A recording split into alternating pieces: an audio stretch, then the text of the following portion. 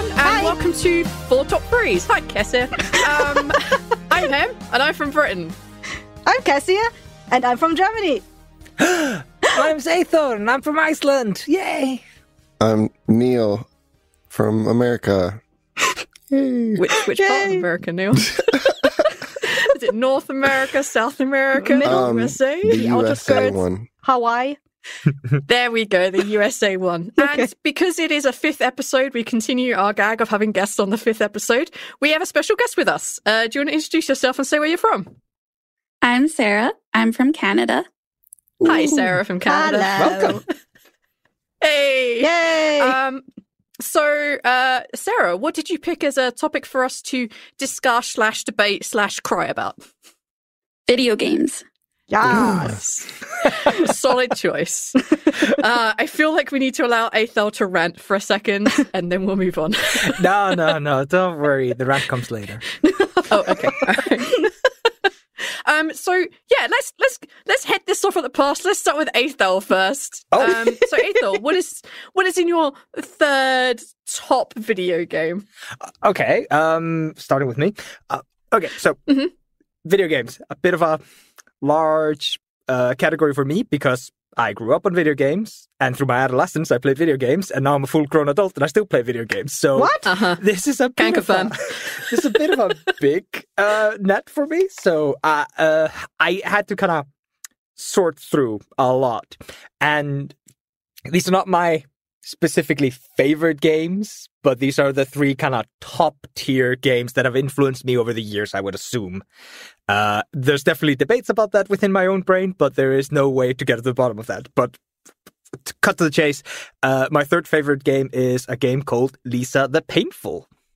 Which I is wondered where this would come on your list. I wondered if this would be 3rd or 1st. Can't be first. There's another game that deserves the first spot always.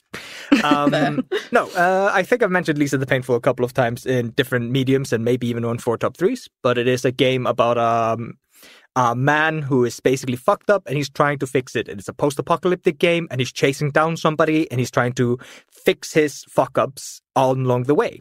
And he believes that catching this person, his child, will allow him to have saved his own soul or fixed his fuck-ups. But the game's very goofy, but at the same time, it's super, super dark and touches on some heavy, heavy subjects.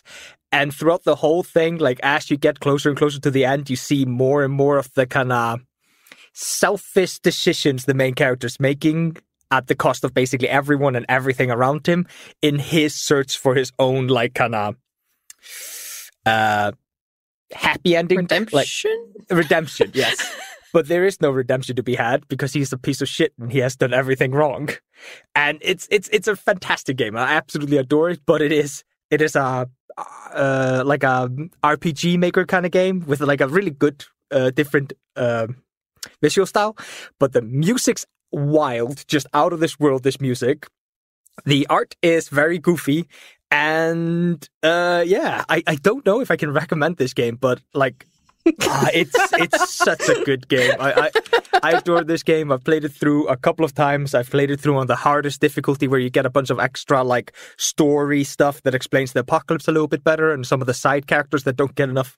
The plot of the apocalypse is in the background of the main character. He doesn't care what caused the apocalypse or what's going on in the apocalypse. All he cares about is himself and his own redemption. And that's a lot of what makes it very, very entertaining. And this man's name is Lisa?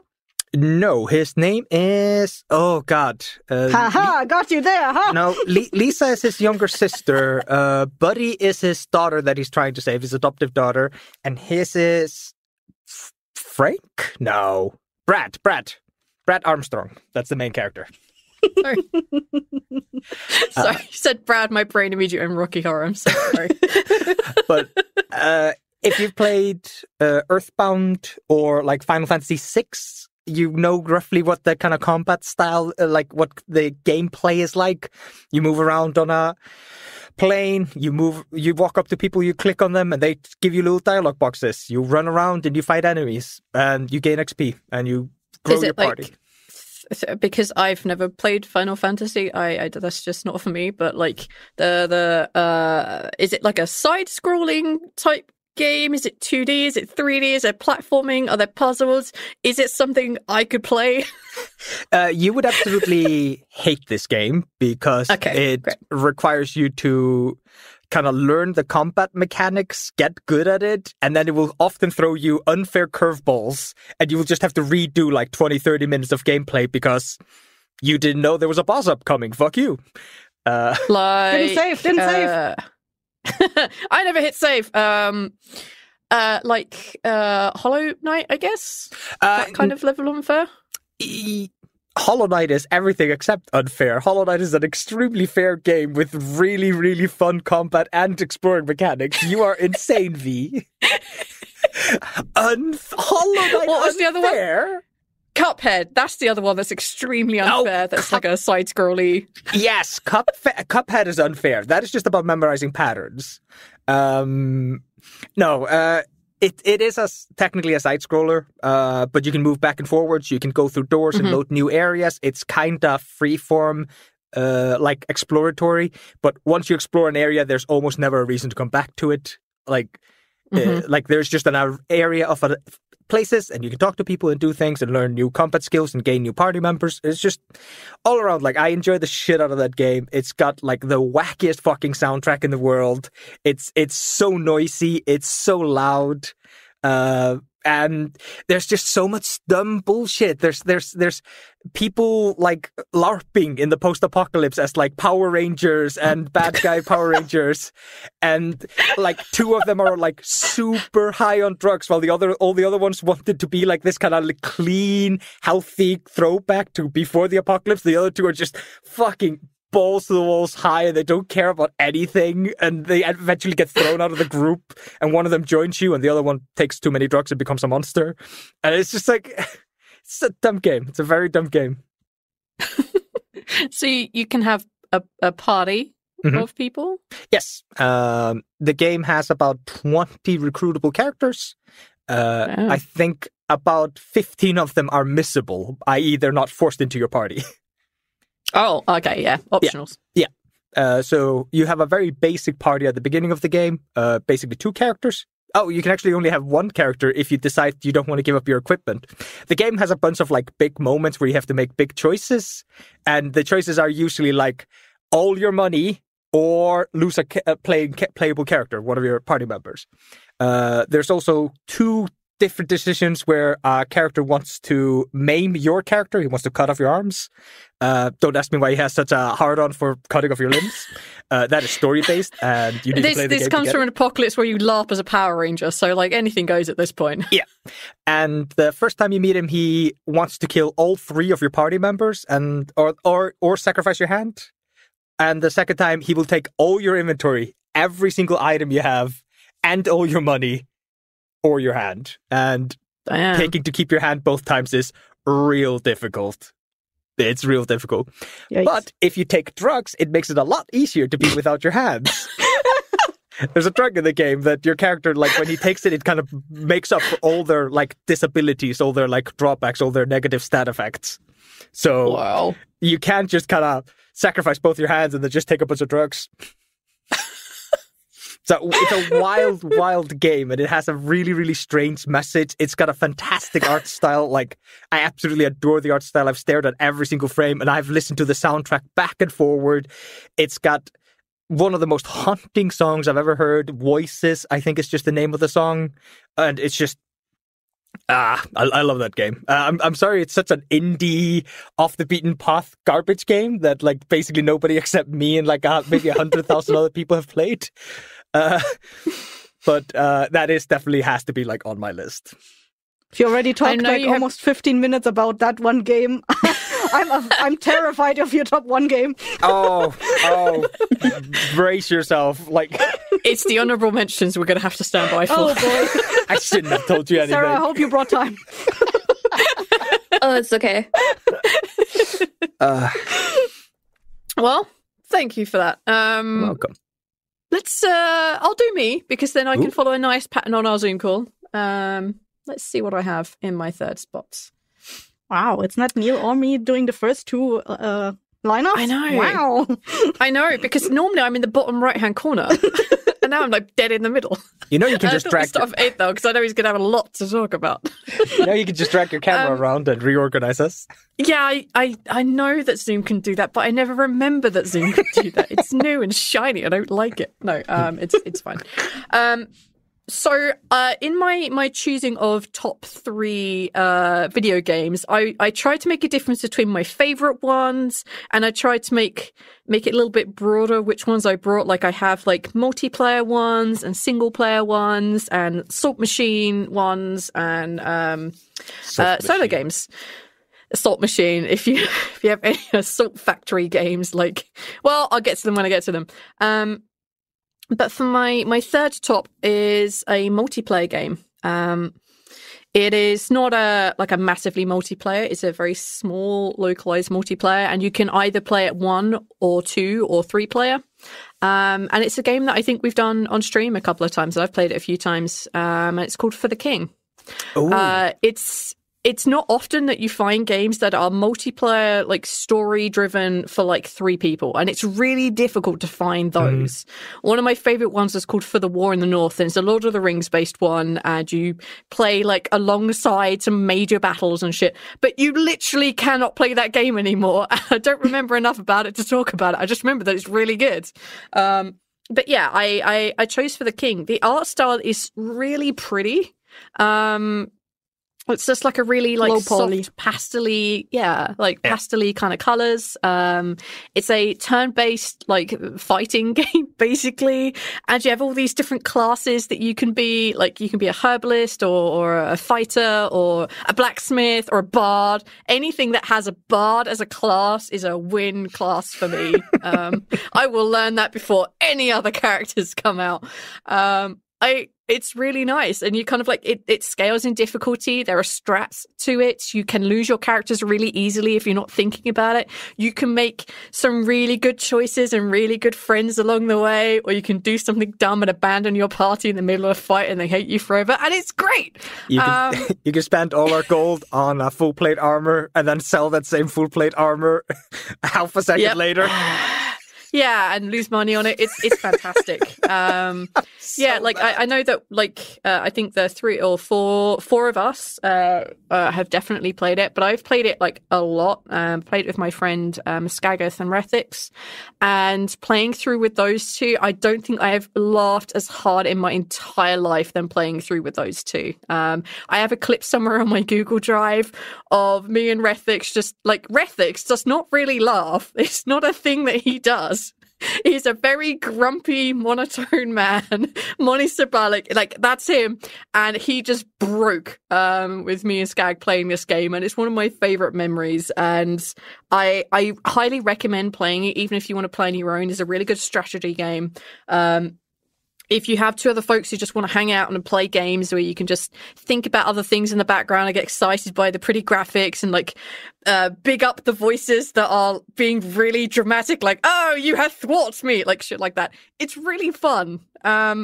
So yeah, that's basically one of my top favorite games to play with other people that I know have time to play it. It's not a sit down and play in one session kind of a game. It does take you a little while to get all the way through it, but it's just a good, nice, fun game. Or you could do the dungeon crawl version of the game where you just go down dungeons and see how far you get before you die. It's really good. It's a strategy game, but your strategy should be to get the anchor weapon because it's so overpowered. You get that early level, you're going to take it to the end of the game with you, and it's going to win for you. The weapon is crazy in that game. It's wild. Vig introduced me to that game, and we played through it 2 or 3 times. And I was online looking at guides, trying to figure out what are the best weapons, what classes work the best, blah blah blah. And then I fucking competitive shit.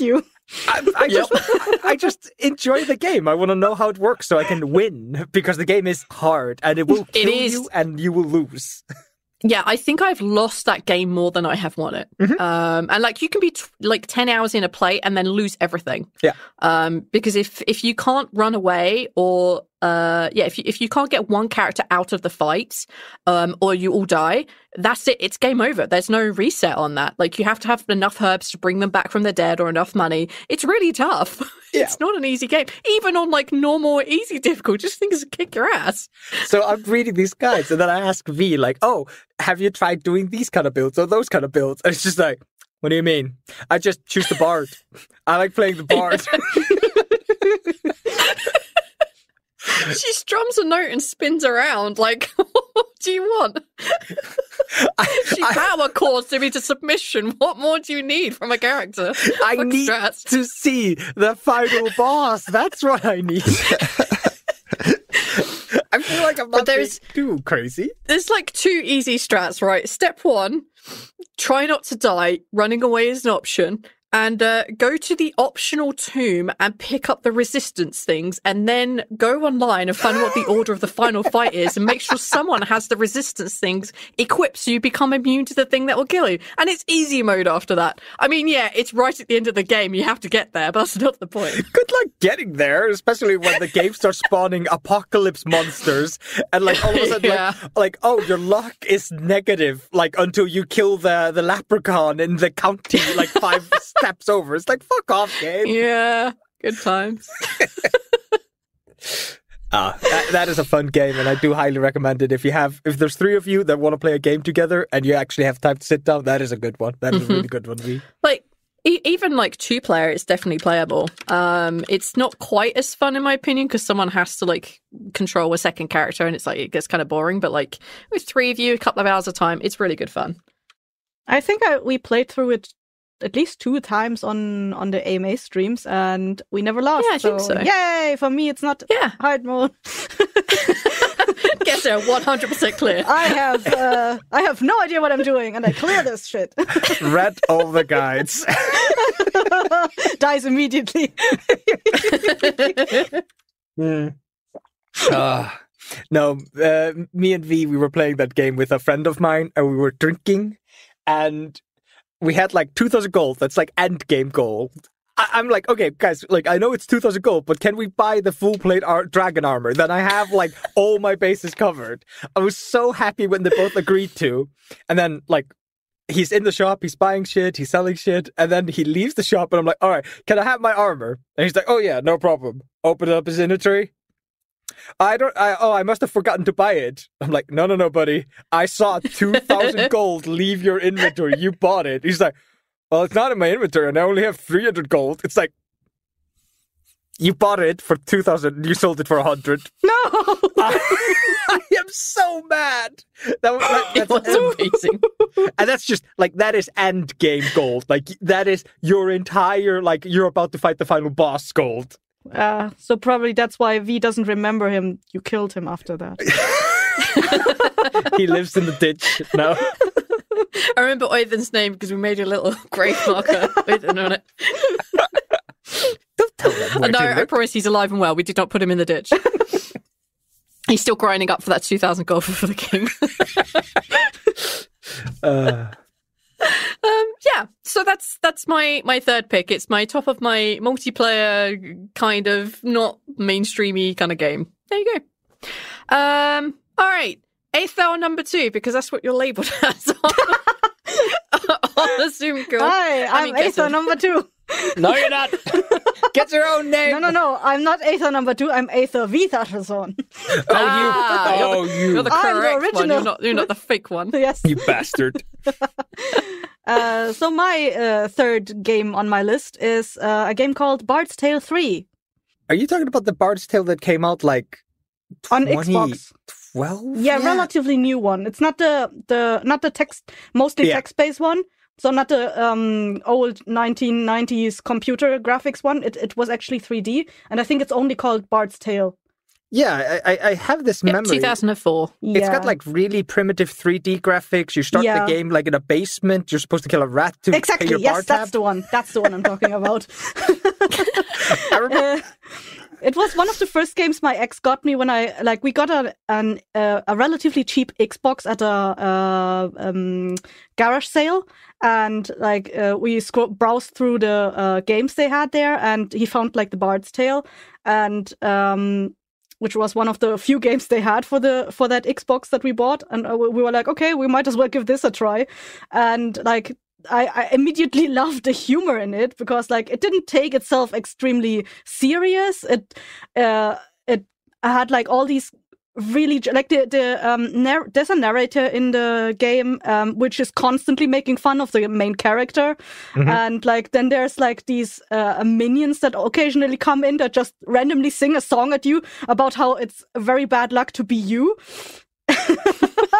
And that song that lives rent-free in my head is always like when someone is like fuck my life, I'm always like, oh, it's bad luck to be you. I love the humor in that game, and like you randomly go into like this shop, and like the merchant is just like talking to you like he's on sales television. He's like, oh my god, I would be selling myself short if I give you this on top of everything. Oh, like holy shit, they had too much fun making this game. I remember, yeah, I bought that game at some point because everybody was talking about how like clearly fun it was to make the game. Like the game's full of passion and love. Yeah, but I don't know what it was. I played it for like an hour and I was just like, I don't know. Like I never booted it up again. I definitely need to give it another go though. You're absolutely right. It was very good. Like, and it kept having this thing like with it was. I think for me, it was the first game that had multiple choices that actually affected your gameplay. I do remember that I was told that Fable was the first game that had it, or one of the earliest games that had it, but I've never played Fable, so I didn't have like a context for that. So for me, this one was the first one where you made choices that actually mattered. And on top of that, the Bard was voiced by a German comedian who I really liked. Oliver Kalkofe, and that was... Wait. Did you get the game in German? Like with yes. German? Well, obviously. You bastard. Why? I get so jealous of other countries that have the games like translated to the language. It's only available full audio in English or German. Oh! The only two spoken languages, English or German. That's it. Oh yeah, I see that now. I'm on the Wikipedia page. I'm on the Steam page. There's like the revisited and re-snarkled. I guess I got lucky. I think it's great. They didn't translate the like songs, but $4. Yeah, it's super cheap. I still fondly remember, like I played through it back in the day when I still had like the Xbox, but at some point it died. So I hadn't played it since then, and Steam wasn't big at the time. And I remembered I fried my my iPhone 3 or 4, I don't remember, because like I saw if you cracked it, you could play the Bard's Tale on that, and I tried putting it on my iPhone, and my iPhone went nope. And I'm like, okay, I need another phone. Steve Jobs looks down upon your phone and kills it. How dare you try to have fun with my cool, hip product? Yeah. So is it a side scroller or a 3D world? It's a 3D world. I don't think it's open world. Well, it has like maps that you go on and then just go through the end of the map and then do quests there and whatever. It's and I think the actually you might like that since you did say you like bards. the bard has, I do love bards. Yeah, time to play it on stream. Well, it's a whole $4, so I'm already typing the details to buy or 3. Put that mouse down. We don't. We don't have $4. We only have Kronos here. The way the bard fights is that he summons like random creatures that fight for him, and they have like different elements and attacks, and you need to strategically use them, and I think you can summon up to 3 or 4 monsters at the same time. I don't remember exactly how it's a mixture between necromancer and bards. It's everything I ever wanted. And you never knew of this game. Oh my god. No, I'd never heard of this game. The songs are just absolutely amazing. Like they pop up in places where you don't expect them. Like I remember entering a bar and then like there was a band on stage and they started singing a song and I'm like, wow, this song actually slaps. I didn't know what it was all about, but it slapped. And like I just remember there was this tavern that you go into where the musicians play on the stage, and the song that they play changes like depending on like the kinds of quests you do. And sometimes they play songs that like were about you, but they didn't know it was about you. Oh, like a forgotten hero kind of thing. Like you're doing great deeds, but nobody knows it's you. Yeah, nobody believes it's you. I remember there was this quest line about a Knuckleavi, which is like a Celtic undead horse creature. Like this is like a centaur that has like a undead body or something like that. I don't remember exactly. And like at the beginning, you hear like a tale that there's this Knuckleavi, and they give you like a context what this thing is about, and that this is a beast that is said to roam up in the forest, and then but it doesn't actually exist. But you, as the bard, help summon that creature from the undead or the Seelie Court. I don't remember, and. So they start singing, oh, there was this idiot that actually summoned a Knuckleavi, isn't he dumb? Because that's the choice you made, and that's how it affected the game. I actually really appreciate it when you make a decision in the game and it actually affects the game, other than just like a slightly different coloration of the end screen. I'll be quiet. I just remember, like, I watched the endings of the game because I don't remember which one I took, but there in the ending you go up to a succubus, I think, and you have the choice to either kill her or, you know, be friends with her, friends, marry her, friends, and then. Succubus and friends. Yeah, friends. That is a game from the time when video games were really horny. Very horny. Yeah. And not quite Leisure Suit Larry, but pretty close. I just remember watching the ending for the, like, you befriend the succubus one, and it was really, like, the succubus carries him off into the sunset, basically, kind of ending. Does the succubus, like, bridal carry him off the screen? Yes! Yes! What an ending. Oh, that's fantastic. And she's like 3 times his size, too. Giant woman. But yeah, I just appreciated that this game didn't take itself serious, but as you say, so it had a lot of passion, and like the people behind it really had fun doing it, and like you can really tell that it's a passion game.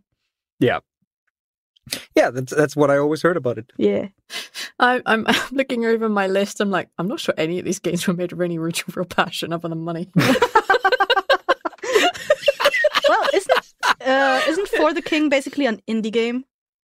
Yeah, it is. Yeah, it and like indie games are usually made for love most of the time. Passion, like there's passion behind them making stuff like indie games. Yes, that's why I personally prefer indie games, because there's always this level of passion in them. Mm-hmm. Yeah, and it's also usually not designed by committee. You can really feel those wheels grinding sometimes when you're playing games of like, no. This could have been cool if they let the original idea run through, but they destroyed it. No. We had to have a cutscene where we re-establish the characters because it's been over an hour since these characters talked, and we needed to establish them again. It's been over an hour since they title dropped. Yeah. You need to remember what you're playing. This is not generic COG here. COG? Call of COD. COD? COD. Fish? COD. Yeah. There's no title drop in Call of Duty. You just shoot more people. Then the next map starts and you keep shooting. Yeah, but you feel the call of... Yeah, you're right. The Call of Duty to shoot people. All right. Thank you for that. That's now in my library ready to download because it was $4. You just bought it. You better not be downloading it right now. We have the sloppiest internet. I made sure that it wasn't downloading, but it is in fact. It was $4. I'll pay it out of my allowance, Ethel. What allowance? Yeah, thank you for that, Kirsten. Okay, Neil, what have you got? Honorable mention while we're talking about games that make you choose let you choose your own ending, because of what you do. Mass Effect, I played the first one so good, and I played the second one so good. And it's kind of like Game of Thrones, though, where basically it's a fun ride to get to nowhere. I don't know, they changed it, but the ending was disappointing. But the first 2 games and like half of the third game, genuinely so good. Yeah, it's 2020. I just played those. They're so great. For the first time ever. Like all 3 of them? Did you like them? Yeah. 2 questions at once. you Holy crap! Please, does the ending still hurt? Like it's 2023. I'm still mad. Like, yeah. Does it hurt for a new player to play through it and get that ending, and you're just like, ow? Yeah. Well, I'm hoping there's going to be a new game, right? So maybe they'll make it less hurty. Yes, I hope so too. No, my favorite little tidbit about that was when you finished the game for the first time when it came out on the Xbox or PlayStation or PC, there was an info box that popped up after the credits, which was, even though Shepard's tale is over, be excited to buy more DLC stories that will be released in the future. The ending of the game was like, P.S. you owe us money. Yeah, see, I played the legendary version for my first time, so I feel like that was better because I got the whole story that should have been in the game. Yep. Like the Citadel DLC, and it's just a hilarious good time too. That's the bank heist one, right? Yeah. Oh, that's so sweet. Yeah. In Anderson's apartment. I always thought that instead of doing Andromeda and just saying, fuck everything that we know about everything and let's just go do something else, but with the same races. So it's almost like we aren't exactly like letting go to start a new thing because there's not really, it's the same everything. We just kind of didn't want to commit to doing. I don't know what they were thinking with that. But Andromeda could have been amazing if they had just stuck to the idea of all the races we've known and loved being forcefully introduced to a new culture of alien races. Yeah, that but there was like amazing. One new race. There was one new race and a big bad evil guy that was trying to turn on a machine that would kill everybody in the galaxy. And you're just like, come on, this is space opera. Stop with the giant lasers. God damn it. I always thought instead of doing that, they should have gone back in time and made the Human-Turian War. Because that was like the pre-humans being involved in politics and stuff. The politics of the first game is so good. I guess they all have politics, but it was just like, the first game. I love the elevator scenes. Right? Best loading screens, just like by far. There is no loading screen that beats those. I know there's a lot of mock for hiding your loading screens. Like, oh yeah, I've gone to No, I think if you do them right, like this, they're fun. Just hide them well. Use the camouflage, baby. All right. But that's not... That was an honorable mention. That was an honorable mention. Yeah. Chaos reigns! You're terrible. My third game is a game I picked up very recently. It's been around for a while, though. It's called Payday 2. And it goes on sale quite frequently. It's already pretty cheap, I think. But it goes on sale for like $1. And it's so worth $1. It's unreal. I played that game so much, and there's so much content to it. But basically, you do heisting. So you're like career heisters. And it's everything from small, medium, large-sized banks to like going into the White House to going and stealing nuclear weapons and stuff. It gets wild. There's a certain level of like wackiness and comedy to it at times. But genuinely, it's a really good game, and you get to approach everything how you want to do it as a team and go quiet. If you can, if you fuck up, then it becomes a loud mission. Or you could just, from the get-go, choose to take the loud approach. And the game changes based on that because you have different plans that, like, once you fail the silent plan, then you have to do the loud plan. Mm-hmm. It's fun and dynamic and challenging, and I liked it. It's a fun game. It's a FPS, right? You just like you're like running around. I was about to say it's a 3D world, right? It's not. Yeah. Look, I'm really basic, okay? I need to know if it's flat or not. That's all I need to know. You have like some class-based things, the kind of, so there's a detection radius around guards and stuff. And if they see you, it matters how much stuff or what, like how heavy the armor you have and how kitted the weapons you are, so how concealable they are. You have a different like stealth rating basically. So for stealth missions, you'll be kitted differently than loud missions most of the time. And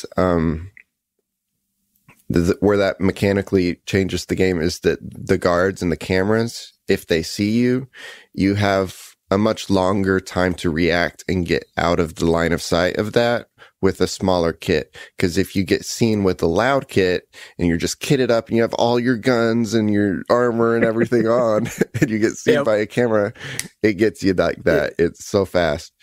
But yeah, it changed it. Like your kit changes the game, your loadout, you kind of customize your equipment up and your abilities and stuff. There's kind of focus on hacking if you wanted to do that, and controlling cameras for more stealth-based stuff, and just a lot of gunfire abilities, I guess, as well. So is it you controlling a team? Like you get like 4 or 5 people and like XCOM this shit? Yeah, it's always like 4 or 5 people. Your players, when more players are added, they take control of the bots. Or they don't take control of the bots. Their character comes in to replace the bot. And then you select your bots that you take with you. And they will carry bags of gold or money for you to like, so you can take 4 at a time back to the truck, because basically you're going to be going into a vault or something, stealing something, and then returning to wherever your extraction place is. Changes per level, so... To be mega disrespectful towards Payday 2, it's like a good evolution of Left 4 Dead, where you have like enemies coming in and you have a goal. In Left 4 Dead, it's always going from A to B. Oh, but in that game, I'd forgotten Left 4 Dead existed. Oh, it's on my honorable mentions, dude. Oh, damn. Oh, no. Oh, shit. I have to really quickly rearrange my top. No, Payday 2 is like a really fun game, but I did hit a fun barrier with it when I was playing it with my friends. And that was back when I was playing it, you had to level up your character to get access to better equipment and more inventory slots and shit like that. And I don't know if that's still there, but that genuinely, like, we couldn't field all the guns we wanted. We didn't have as many zip ties as we wanted. And we were just, like, frustrated that the game was just like, no, you don't get to do the mission like you want to. I don't know. I know you paid for the game, but you need to play more. You should have got past it. You must have been trying out a bunch of different guns, because if you do that and you don't really know what kit you want to make and you just want to unlock everything, you can just burn through your money like nothing. But if you have like a goal and you know what gun you want right out of the bat, and you know what's good, and you can use your money on the missions and stuff. And also, like, only some of the missions do the like add-on, because you can buy, to explain to the audience, you can buy things to help your mission, like set up a zip line or a ladder to somewhere where you would get access to something you wouldn't normally have, or be able to approach the mission from a different angle, basically. And that costs a little money. But yeah, if you're not unlocking everything, then it's not that bad. It's probably like close to 10 years since I played that game. Like I don't have access to my Steam library. I would love to know when it was. It's changed so much too, no doubt. I mean, it's changed since I played it, and I only played it like last year, I think. So they're making a third one that's coming out soon, and I'm excited. I remember on Black Friday, I suddenly saw, Neil just suddenly has 40 new games in his inventory. I was like, holy shit, Neil. I did not. That's a lie. That's not many games. Payday 2 was like $1. Add-ons, I think, or in-game things. Yeah.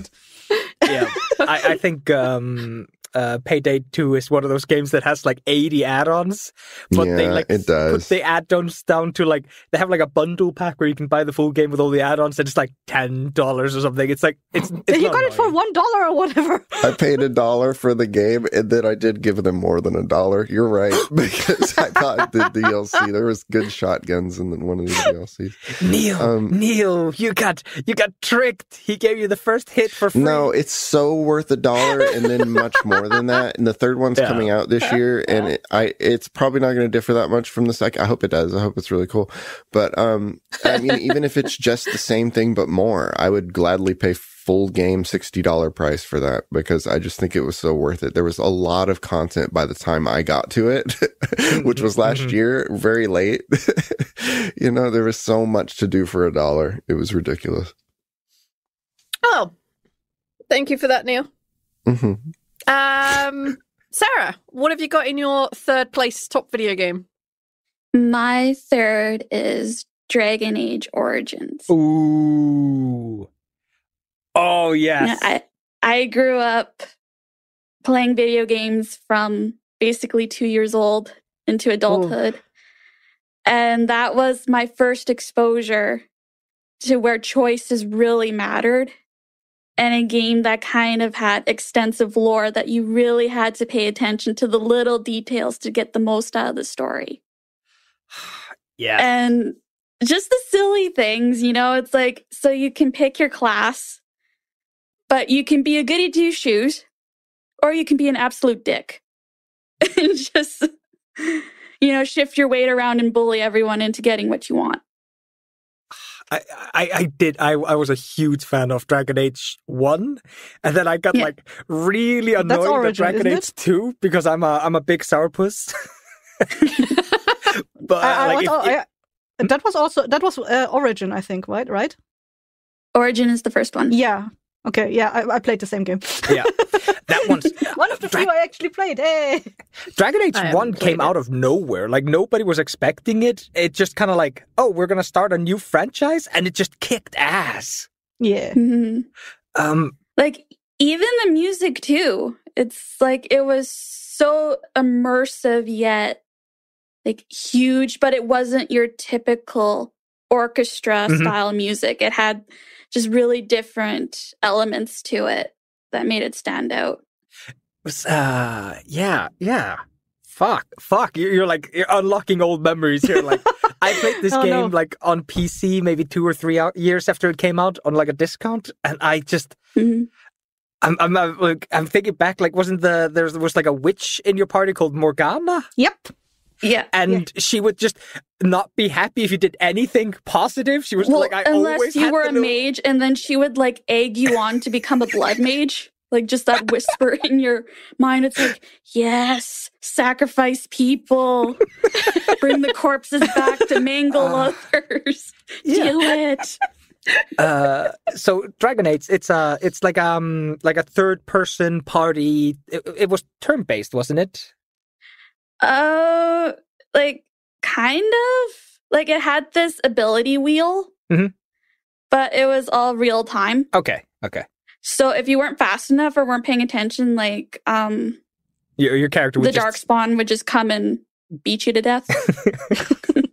I remember it was early in the game you could choose to start doing blood magic, and everybody would be telling you oh, what's out for blood mages, and then you'd be standing there in a giant pool of blood just yeah, blood mages. Nothing to see here, move on. Sure don't like those.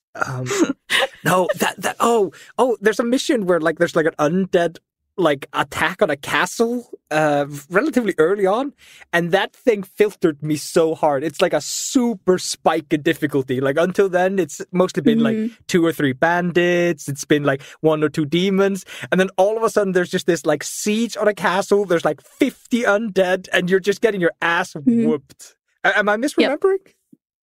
Yeah. And then you have to choose whether you kill the kid who is possessed by a demon or let him live.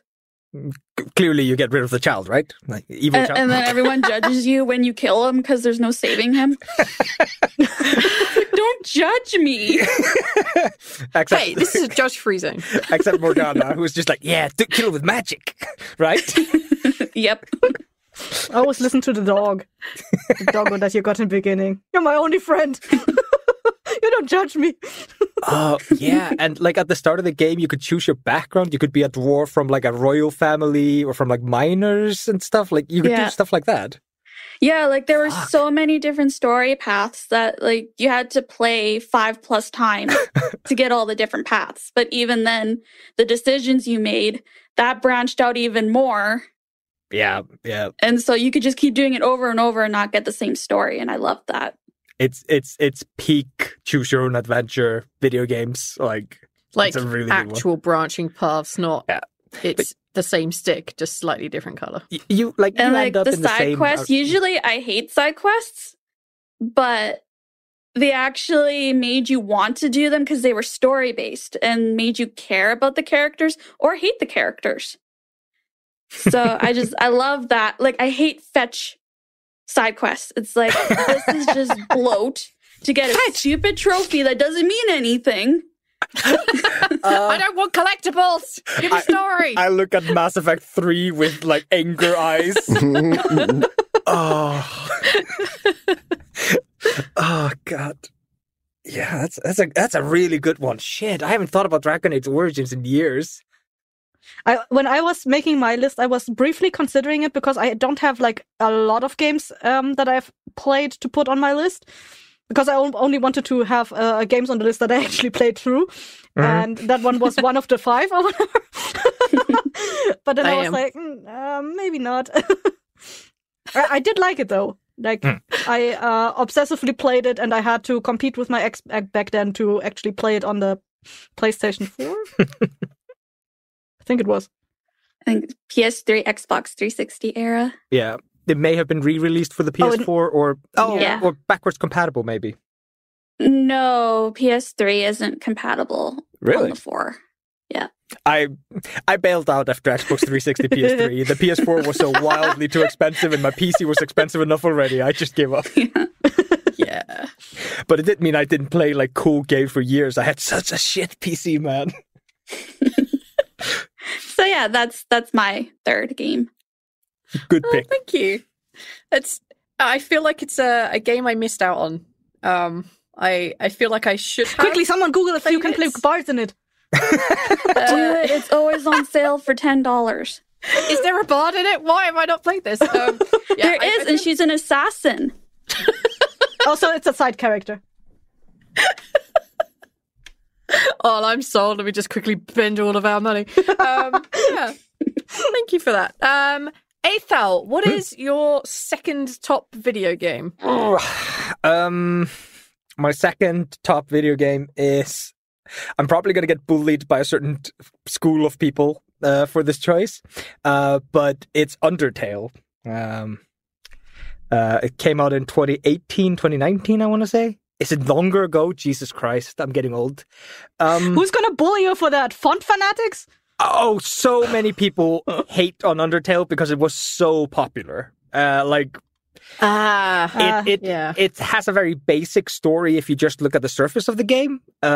Friendship. But if you play the game through and then you reflect on your actions and what the characters are saying and what the endings mean, it tells you a lot more about yourself and about your consumption of media, in my opinion. Okay, Undertale. It's like a kind of a Mario-esque game. You walk around in like a 3D space, but you're flat characters. And okay, that's what I needed. Thank you. And you walk around maps. At the beginning of the game, there's an enemy that tells you like your actions have consequences. And there's this one character throughout the entire game who remembers everything you do, even if you load. And at the end of the game, you can basically kill or save almost every character. Yeah, you can do it to every character. You can kill or save everybody. That's like the gimmick of the game. So the bad guy is the one that warns you that your actions have consequences, as though he's like The good guy. I like the idea that the bad guy is someone that just tells you how it is. You know, people you're gonna do things that are gonna suck sometimes, and that's gonna suck. Your whole life after that is gonna suck for that reason that you did that thing. And I'm just telling you now because that's how it is. That's life. And that's the bad Actions guy. have That's consequences. It's physics, baby. Oh my god, that's the bad guy. He just kills your mind. That reminds me of like every time I'm watching Korean dramas, for some reason, some of the villains often come like they're always like trying to get the good people to comply to their political agendas and be like, if you don't agree to our terms and conditions, we are forced to go through with these horrible things. Like, you are making us do this. I don't want to bulldoze your house, but if you don't sign this piece of paper, I will not stop that car. It's always like they're putting this on you, and it's always like, no, you could just not do that. When you play the game, you get the option to kill or save characters, and all the characters, in my opinion, are well written. They're all funny, they're quirky, they're entertaining, they're interesting. Most of them don't have like deep like character arcs, but they're all funny. And throughout the whole game, very early in the game, you get a radio, and all the characters you save, all the bosses that you save, they get together and they talk to you on the radio, and their dialogue is fantastic and so funny. And every single loading screen, between every single area, you get a new dialogue from all the characters. It's so fun. You absolutely fall in love with them. Play through the game once, get to the ending, and you escape the dungeon, the Undertale, the Undercity, whatever. And the game basically goes, hey, if you do it again and you listen to this one character that you couldn't listen to that much in the first time, you might get a different ending. So you play through the game again, you do all the same things over and over again, but you get a better ending where you get to save everybody, even past people that have died. Like it's a very, very hopeful, very beautiful ending. Like, and it's got banger ass music. Like Undertale has some of the best fucking music in video game history. Like, there will be people who will murder me for this, but I don't care. This is where I will die. This is your hill. Yes. However, there's also something called the genocide route, where you kill everybody, and you don't just kill everybody, you stay in areas and you kill all the random encounters. There's only a limited amount of them. And when you do that, about halfway through the game, one of the bosses that should be super easy at this point because you're really grounded very high level will unlock her superpowers, and she becomes this like super difficult boss. Very fun, very exciting, really fun. You're killing everybody, and all the enemies, they start ramping up all the enemies, and all the bosses get even dangerous and more like fighty. It's super fun, and it's so challenging. And then you get to the final boss, like you kill the final boss in one hit, because the joke is that you're now like just basically pure evil because you're murdering everybody. And then a joke character comes up, and he's the evil super boss. He's not evil, he just knows that you're a huge asshole.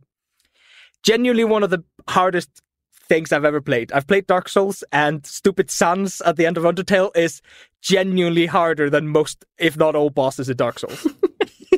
I was so happy and so proud when I beat that like character. Very fun.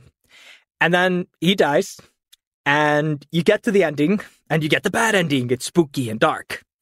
And now, if you ever finish the game again, there's a single file somewhere hidden in your computer, and when you get the good ending, there's a hidden like evil to it, and your character is still evil, and he kills the guy, like all your friends in the good endings now too. And this is a commentary on the fact that we, as audiences, fall in love with fantastical characters and fantasies, and we will do everything, and I mean everything, to get to experience them to the fullest. And that includes being horrible to them and murdering all of them. And it's a little like, hey, you do realize that you fell in love with these characters playing the good ending, and then you went back and you murdered them, and they made it super difficult for you. Like, they fought with everything in them, and you still murdered them. You're a terrible human being, and the character you were playing was genuinely evil. Like, it's just like, I like it. I like that game. Made me reflect hard on how I enjoy media and how I repeatedly push characters that I enjoy through horrible situations with more and more difficulty. I know they're I know they're fantasy. I know they're fake. I know they don't exist, and I don't know they don't have emotions. But it does. It did something. It did something in my brain where I was like, okay. Yeah, there's a weird little existential meta information there. Commentary going on there. Yeah. You have decided you're going to save everyone, but you've also decided you're going to kill everyone. You're not a good person. Be they fantasy or not, you decided to do this shitty thing. Yeah. Yeah, I like it. But also it says like you care about these characters enough to like see every facet of them, like not just the good ending facets, but also like I love you push through with them even when they die. I love you so much. I want to see you struggle. Like it's such a terrible like. And like just like a final little quip, the main villain in the normal game, that is exactly what happened to him. He got the ability to rewind time and he was stuck in a very tiny loop. So he basically became evil because he had nothing else to do. He had already made everybody happy. So he decided to start fucking with everybody. And then you show up and you steal the ability from him. And then you repeat the loop by doing the exact same thing he did. You did the good thing and then you did the bad thing. That's clever. How long would you say a playthrough is? 4 to 6 hours. Okay, and that's relatively short. I want to say and it's only $3, Kessie. Oh, Jesus, is that cheap? Is it on discount or is that the regular price? It has to be discount. Normally it's about $10. Oh, no, it's an amazing game and the soundtrack is absolutely fucking banger. By the way, Neil, Payday 2 also has a banger soundtrack. Like, yeah. When Sarah mentioned the soundtrack of Dragon Age Origin, I was like, yes, the soundtrack from like, fuck. It's not a good game if it has a shit soundtrack. That's just the truth of it. I agree there to a point. But you prefer playing the characters that make their own songs. Yes. Or I turn all of this sound down on a game and I listen to something else. You're crazy. Even if the game requires you to listen, I can't. Crazy. Blasphemy. But I just can't. Yeah. I, by the way, spoiled everything about Undertale, but it's still absolutely a game worth playing. You just won't get the narrative satisfaction of the you just meta spoiled the meta. That's not spoiling the story. But it is a fantastic game. It's really fun to play, and I don't think it's that difficult if you're playing it just normally. It is just the hard, like, genocide ending that is really, really difficult. Well, thank you for that. All right. I've decided not to change my order. Ooh. I've decided not to put Left 4 Dead in there because the next one... everyone knows about Left 4 Dead, give or take, so I don't think I need to harp on that. I actually want to... So there is a series, so that my top 2 picks aren't actually necessarily individual games. They're more like the franchises, I guess. I don't know. They're sequels. And I was introduced to this game by an ex of mine, and I really enjoyed playing it, and I couldn't get through the whole thing with him, and then I played it with a friend, and I got it all the way through it, and then I'm like, now I need to make you play this, so I made Aethel play it, and we got all the way through the end, and we played it back when we were beginning to start dating, and you were where you are, I was where I was getting really shit-faced while we were playing, and I was like, I need to move out the garage to the bedroom, because I'm really drunk, and if I don't, I'm going to fall over with this laptop, and we were trying to get through one puzzle, and it was impossible because I just couldn't understand what was going on. So infuriating, but we did eventually finish it. And then we went on to buy the second one, and we did that, and the third one, and we did that, and we recently just completed the fourth one. And the series I'm talking about is We Were Here. We Were Here is basically a 2-player co-op puzzle game. I'm not massively into puzzles or platformers. I am really shit at all the above. But it is something fun about having to describe a shape that is not a regular shape to somebody else who can't see it. The whole gimmick being that one character is in one place, another character is in the other, and you have to work together with different things that you see and different mechanics in the areas that you are to get out of the area. Basically, you're just stuck in 2 sides of an escape room with puzzles in it, and it's really good. And like it started off as like this, like the first game itself, We Were Here, is actually free, so you can just go download it and play with your buds now. And you're supposed to play with the audio that's included because you wander around with walkie-talkies, because otherwise you can talk over each other, and they want you to feel that complete separation. But I didn't find that work so well, so we just used like Discord or some shit. Yeah. So you can, but just try and respect it. It's much better if you do it that way.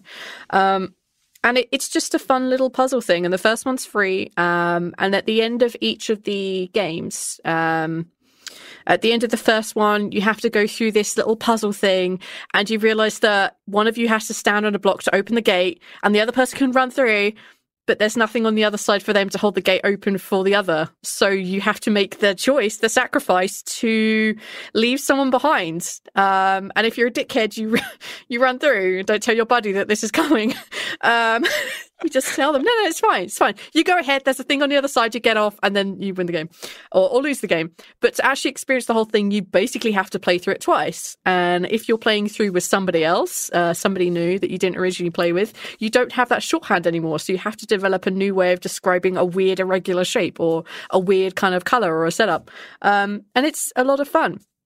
And so they released the first one for free, and then you pay for all the subsequent ones. And the second one is different people, and the puzzles are different, and it's a slightly different thing, and there's an evolution of the lore of why you're stuck in a cold, frozen place. All right, the fucking lore.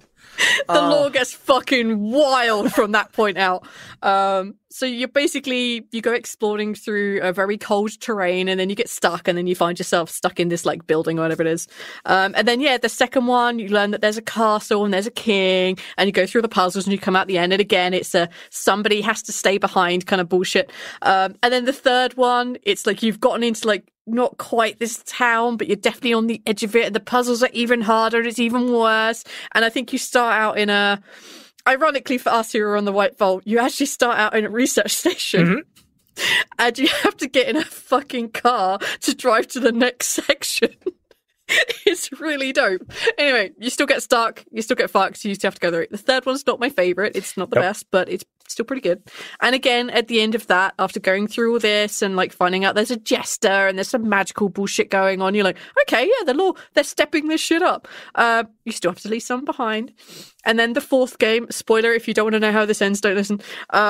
Skip now. It's again in a cold, frozen place, and you're in a castle, and you have to go through it, and then you find other new places that have been linked, and you go through all these puzzles. The lore expands, the king is coming back, and the jester's actually a good guy, maybe, possibly, you don't really know. Anyway, you defeat whatever the fuck the end is, and then you both leave the castle, and you're like, fuck yeah! The final game, you both get to leave. Nobody gets to be sacrificed.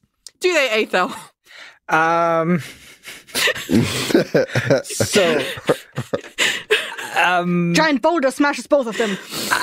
I may have shoved somebody off of a piece of plank because I wanted to survive. Yeah, so you basically both end up floating in the water like freaking Titanic on a floating door bullshit. Yeah, and there was not space for both of us. Surface. There's not room for both of you, and the other one, like, is in the water, like, tries to reach up, and then you as the buddy at the top, I assume, could pull them up and onto the boat, and then if two of you on the boat, the other person falls off. So Aethel just decided to leave me, and I died. You will find that there's like a space of 10 seconds where you can trade back and forward. You can give the other person the plank. And I, on second 7, decided, nah, I'm not going to give you the plank. I gave you the plank like twice, and you would be like, no, Jake Sully, I will die, whatever. And I was just like, oh, okay, cool, whatever. Isn't that basically the ending of Titanic? Yep. Yeah. Like Jake Sully is not on the Titanic, though. Except instead of Jack heroically going, no, leave me, honey, I shall float to the bottom of the ocean, Aethel's like, fuck this, bam, and push me off. You didn't have any fancy jewelry, and you didn't let me paint you naked in a car, so off in the depths you go. It's really cold in Iceland, it's not gonna happen. When you mentioned earlier, like in the first game, you had to go through the someone had to step on the platform and you could let the other person through. I saw Aether's laugh, and I was like, I was about to ask, did Aether just ditch you? No, it's the other way around. Like Aether made me go through. The first time we played, like when we came back the second time to finish it off, we were just like, this is so like freaking Dungeons and Dragons shit. So we started role playing the whole thing as Rowena and Sindri from Dark Dice, and it was the funniest shit in the world to go through that game with that mentality. Because it's like, no, of course I can't leave you. So it's this big argument, and he makes me walk through, and then like it's just the whole thing. It's really funny. No. I do recommend. It's really good. Do recommend it. It's first-person 3D space explorathon where you have a bunch of ciphers and cryptics and items that you need to combine to make new items. It's very, very fun, and you do barely get stuck. And if you get stuck, I think the game has in-game hint mechanics.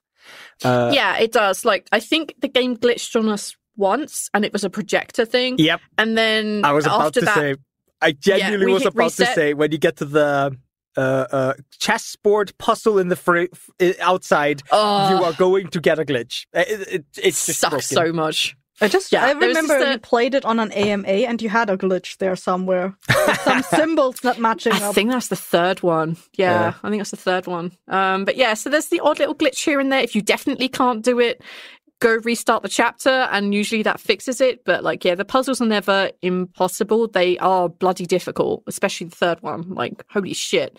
Well, we still I just really remember difficult the one you played on the AMA was called We Were Here Together.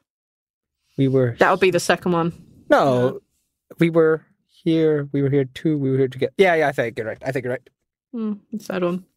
Yeah, it's pretty good. Definitely worth playing if you have a friend. Aethel. You got won't a kill you. friend in me. It's really good. I highly recommend it. It's a really like pretty like art style as well. So yeah. There you go. That's my seconds. Kisser, what do you got? Ah, it's me. My second is a game called Enslaved: Odyssey to the West. And Hey! I do not remember how I got that game, how it popped up on my radar, because it's not a very commonly known game. I must have stumbled over it while browsing Steam, I think, and like the trailer spoke to me. It's like a post-apocalyptic game where like the human race like has almost died out. And I think the remaining humans that still exist are like being enslaved, quote unquote. And like you start off in an airship that is transporting enslaved humans somewhere. And one thing that caught me on that, like when I watched the trailer, was that the physical motions and the interactions between the character actually looked and felt like genuine and real. And I only later learned that this was because it was one of the first games that was created with motion capture or performance capture. Yeah. And Damn. it's from the same creators that did Hellblade, Senua's Sacrifice. Mm-hmm. It's one of the main characters is actually Andy Serkis, who played Gollum. Smeagol, yes. And I just genuinely felt like, just judging from the trailer when I watched it back then, like the interaction between the characters felt like really good. So I got convinced to play this game. Like, I have limited time, so I'm not usually seeking out a lot of game, but I decided to spend time playing that game. And I really loved the game, like the storyline, the ending. I don't feel like they nailed it. I felt like it was a disappointment. But like as it is with a lot of games, like it's the journey that matters, and this one had like a good journey in my opinion, and like even I could play it even though I'm not a very good gamer. The writing of the characters was very good. It has like a limited amount of characters. It only has like 3 main characters and the rest are robots. So they only had to script like 3 characters, and their interactions were really good. Well, the third character maybe not, but he comes in like late in the game. So like you can just ignore him if you don't really like him. But like it has like this very good, in my opinion, like texture work and environment that I really enjoy. It's like this skyscraper cities overgrown by plants. And like they textured these characters in ways that made them also feel real, because the characters were genuinely dirty looking, like they've been through some shit, which I really liked. There's nothing worse in apocalypse when everyone is way too clean. Yeah. Like, no way. You don't have access to a washing machine or a shower. That's not a regular thing. Yeah. What's in Colony, where everybody was like shockingly clean after living in a cabin for a year? Fuck off. Way too clean. Bring me the dirt. But yeah, I as I said, I did not like the ending, but I would still like replay it. I generally don't even remember what the ending was. I just remember like fighting against a giant scorpion robot. That's all that stuck with me. I'm not even sure why I fought against that. Scorpion robot, classic post-apocalyptic monster. Classic. Do you think so?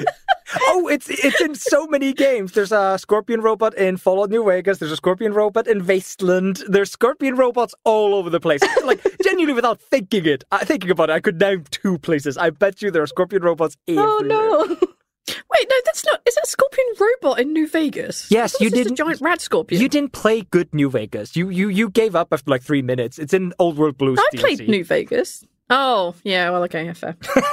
Sorry, I'll grill you up on DLC. New Vegas a different day. No. It's coming up. Oh. You just wait for it. Oh, God. Oh, no. V. What? I'm not talking about it. We'll talk about it. We'll talk about it later. We'll talk about this after the podcast. I liked it because the game inspired me personally, because it's like the kind of environment I like seeing. Mm-hmm. Like, I'm not a big fan of most post-apocalypses, but this one actually spoke to me.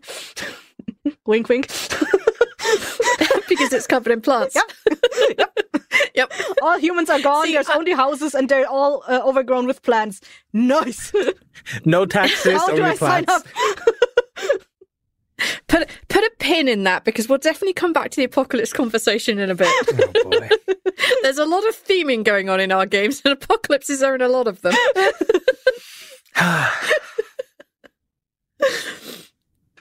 Well, that is also on sale right now for $3.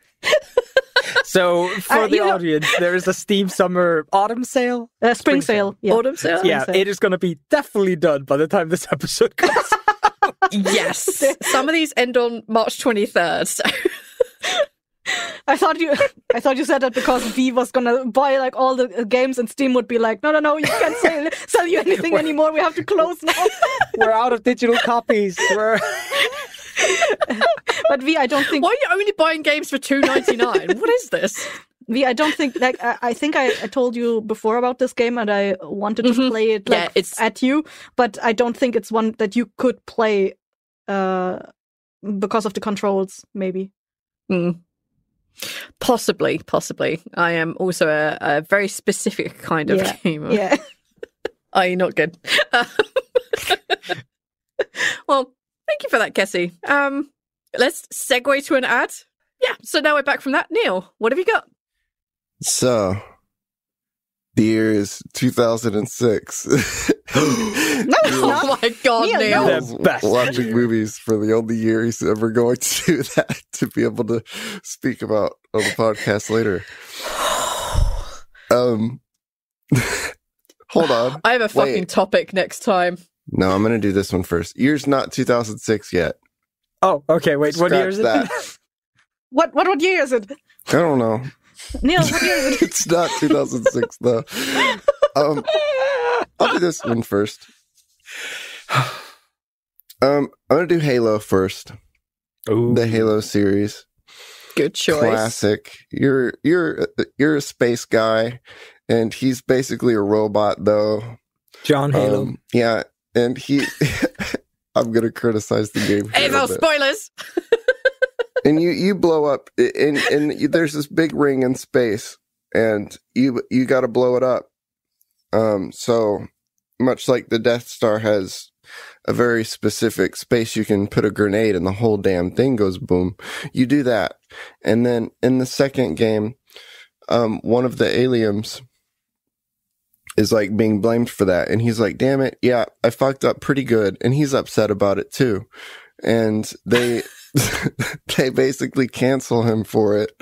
And when you get canceled in space, they give you a cooler costume than the other aliens have, which is pretty great. And so now you're an alien that's cooler than the other ones. and he's forced to be friends with the robot human who blew up his damn ring, you know? John Halo. Yeah. I'm sorry, but I think the Arbiter story is so much more interesting than Master Chief's story, because Master Chief's just a robot that's gonna boner for another robot. Like, that's so boring. There's nothing going on there.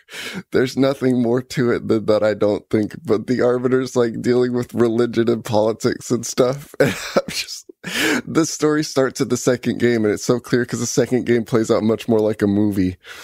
And yeah, I guess explosions are cool, but they're not interesting stories, are they? So Master Chief just gets boring for me.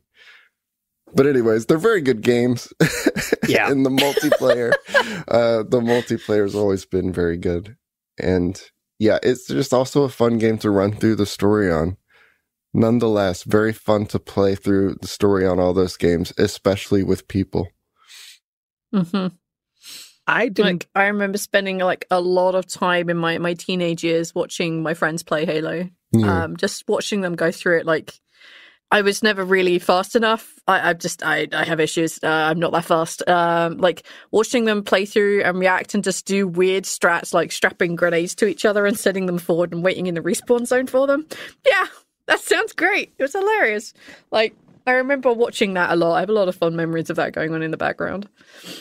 I only played Halo 3, and I played that co-op with a buddy of mine, and it was super fun. But the storyline was some of the dumbest shit I've ever seen on screen. Like, it may not have helped that I missed Halo 1 and 2, but yeah, there was definitely like an element of like, who the fuck is that asshole? Who the fuck is this asshole? Why is there a ramped up robot ball telling me that it's gonna cancel me from the government? Who gave this robot ball this power? I don't understand. Who are you? Why are you dead?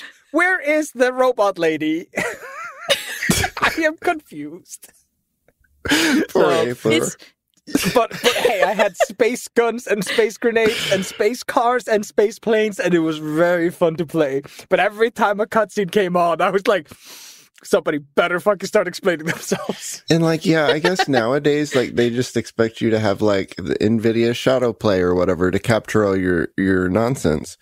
But back then, for Xbox 360, for them to have done the camera thing where you can save rounds to your hard drive and then just go back and float around the whole round because it saved every action that everyone does and can play you the whole game again in like slow motion was ridiculous.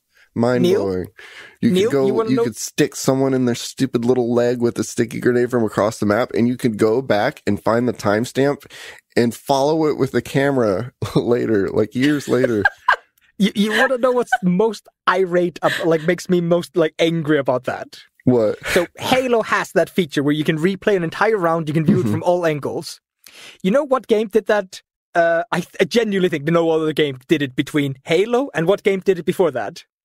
Is it a console game? It's Doom 1993. Is it? Yes. That game had the ability to replay a round completely, and you could move around and view it from any angle, so you could see what the other players were doing. Yes. Then, like, so 20 years later, they finally bring it back, and it's infuriating that more games don't do this. It is. I'm sorry, I know I'm quite loud. Yes, I can hear you through the wall. It's so cool to do. I hear annoyance, and then I hear it in my headphones. It's such a good feature. Yeah. It's a fantastic it would feature. still be a very relevant feature. No matter what people have going, NVIDIA, OBS, whatever you're using a screen cap, it's not as good as this. I'm just going to say it. It's not as good as this. This is an awesome way to do it, and they should do it more. It would still be a relevant feature. But anyways, Halo. Hey, Neil. The Arbiter is very cool, and he's cooler than Master Chief's story. And if you think that Master Chief's story is better than the Arbiter stories, then you just like bad romance and explosions. And there's not much So do you play on the Arbiter side, or do you only ever play as Master Chief? In the second game, they kind of convert over to help you. Yeah. Right. Do you the get bugs become our friends. Do you get to play as the Arbiter, or is he only ever a co-op partner? You get to run through a couple scenes in the second game as him, and then he's also the dude who shows up in the third game. He's your alien co-op friend partner for the third game. Yeah. So the way that they need to milk Halo is to not add and make a new Halo. It's to do the fan fiction side of the Arbiter from the beginning. I don't know what the Arbiter is doing these days. I stopped playing after like a week. There's no saving Halo anymore. Like, Yeah, they they've keep made like messing 3 it up. games in a row that have just been travesties, according to like anybody that likes Halo. I They played did them the recently. thing. You know, I forgot about the Flood Yes. when I went to replay the remasters or whatever. How it just turns into a zombie game, as though that's just a wave of nature that happens in space. And they're just, I think it's so sidebar from everything else that's happening. It's cool though, and it plays fun. So I mean, It was super Can't complain. clever. They got to take an entire level and make you run back through it. yeah, with they new do. enemies. You It just was play so it backwards, clever. but with zombies. Yeah. Oh, It's so clever. Those motherfuckers. You're right. God damn it. I'm still mad that they made like FPS on console like a thing. Like genuinely, I hate playing FPSs with controllers. That's how I started though. Same. It sucks, Same. Actually, no, that's a lie. That's not the same. That most of my first-person shooters were on consoles, like Gears of War and Gears of War 2. but Gears of War is so good. Yeah, I know. They did the remasters and they got mixed reviews, and I was so disappointed because I was like, I would totally go up and play Gears of War right now, but I guess the remaster I don't think sucks. I'd have. I don't think I'd ever play it again, but I did enjoy Gears of War 2. Yeah. I think it was there was like a trio of there were 4 things that we played consistently. Like one of them was a Lord of the Rings game that was like co-op, and you had to. It was the third one, and you had to throw the ring into Mount Unhappy or whatever the fuck it is. Like we did that. Then there was Halo. Sorry, It's called Mount Doom. It's got the most generic name in the world. The only thing I remember, actually, because the only way I really absorbed Lord of the Rings was through playing that third game, and it was co-op, and you could change which character you're playing, is that at the end, like, Sam had to be there, and it looked like he was attacking Smeagol with a fucking frying pan. V, have you he was seen the shouting Lord of the Brussels Rings sprouts, and it was the movies? funniest shit. No. I have, Neil, Okay. but I really hate them. That's not fair. They are very good, especially for their time. Come on. They were excellent. great for the time, but I had an ex girlfriend ish, and she wanted to watch all of the extended editions one after another, No. repeatedly, and I wanted to die. And then we watched Still the third good, V. one in the movie theater, and I wanted to leave, but I couldn't because I was stuck between my friends in the middle of the theater. I'm like, oh great, God fucking damn it. So they're not my favorites. But I remember Sam or Smeagol yelling Brussels sprouts in the final fight in the game. Anyway, that Gears of War, Halo, and I think it was Time Splitters or Time Bandit or something. It was a really good fun game. Never played those, That's it. but I've heard That's good my things. first person. Yeah, they're good. They're good. All right, Neil. Thank you for Halo. Is a good one to put in there. Solid. Sarah, what have you got for your second spot? All right. So since we're allowed to talk about series, Mhm. I'll go there a little bit. Nice. It's called Trails in the Sky.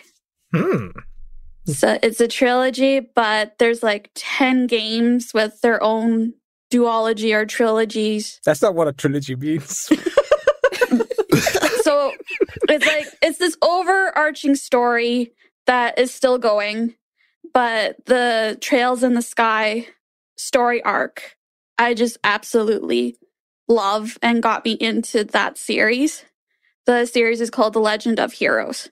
Oh, All the Yeah. games start with that. shit. These games look like Grandia or like...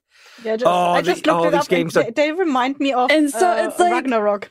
They graphically don't look impressive, but there's just something not cute or quaint, but it's still a very pretty art style.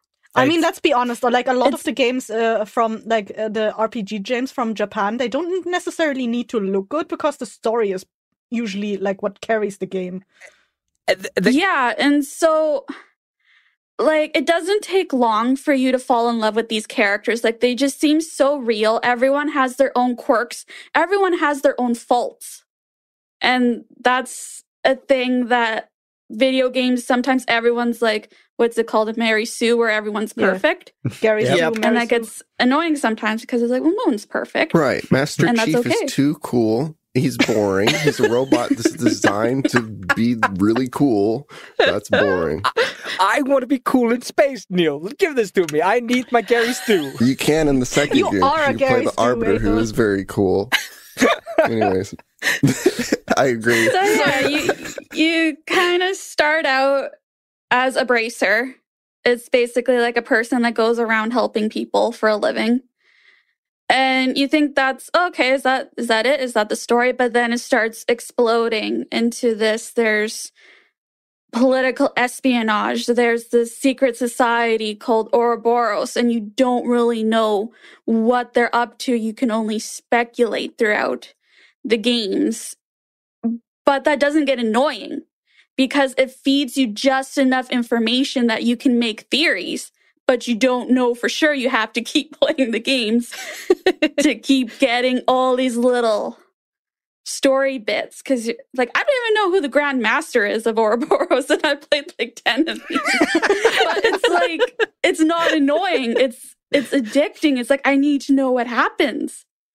And there's very few games that do that for me where I'm like so immersed that I'm like, I need to play all of these because I need to know what happens and what happens to these people. It's feeding you like breadcrumbs of the overarching. And they do a cool thing with the combat. It is turn-based, but for their equivalent of Magic, you have to plan it very well because there's not only do you have to wait so you don't do your magic right away. You see, there's like, it tells you what order everyone goes in. So you tell, you're going to do a fire ability, but you're not going to do it right away. So if a boss is going to hit you and you die, there's no point doing it. But then there's also a cooldown period where you're not allowed to act again. So you kind of have to weigh your options. It's like, is it worth using the magic now? Or you save up all of your special points and then you can interrupt a boss with this big killer move. More like tactical combat. Yeah. Do you like move around the grid? Do you aim spells? Yeah, there's a grid, and so you have to move your characters too. And so sometimes like it shows where their magic diameter will be. And so like you can move your characters out of the way and then it just misses. This game would have been so up my alley like 10 years ago when I had nothing but free time and just wanted to play like JRPGs, like these really long story games. Mm-hmm. Oh, fuck me. Yeah, it reminds me a bit of the other game that you always talk about, the Dragon Fire. It's coming up. Okay, no spoilers, no spoilers. Oh, yeah. Is it related to? I remember a game called like YS, like Yes or something. Is this game? Yeah, it's made by the same company. I Okay. love those two. Okay. That's an honorable mention. Okay. I was looking at the style and I was like, this looks a lot like that game. How many of these games have you played? 10? So there's the 3 Trails, 4 Cold Steel. Now the Azure games finally got localized after 20 years or so. So Okay, pain.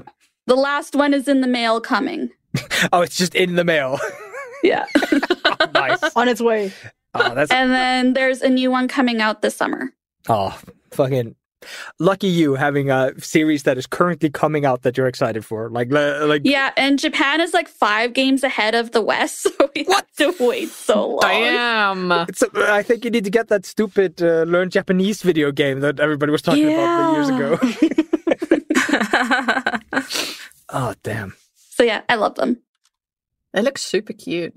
Yeah, I think these are absolutely games you can get lost in for like hours and hours and hours. I think it has probably very addictive like gameplay loops of like moving around, getting into fights, leveling up, getting new gear, moving to new arenas, new enemies, new storylines. Well, and the cool thing with the first one, with the magic, you have to do quartz. And so the quartz that you put into the slots dictates what abilities you get. So you have to try different combinations to get different spells. I love games like that.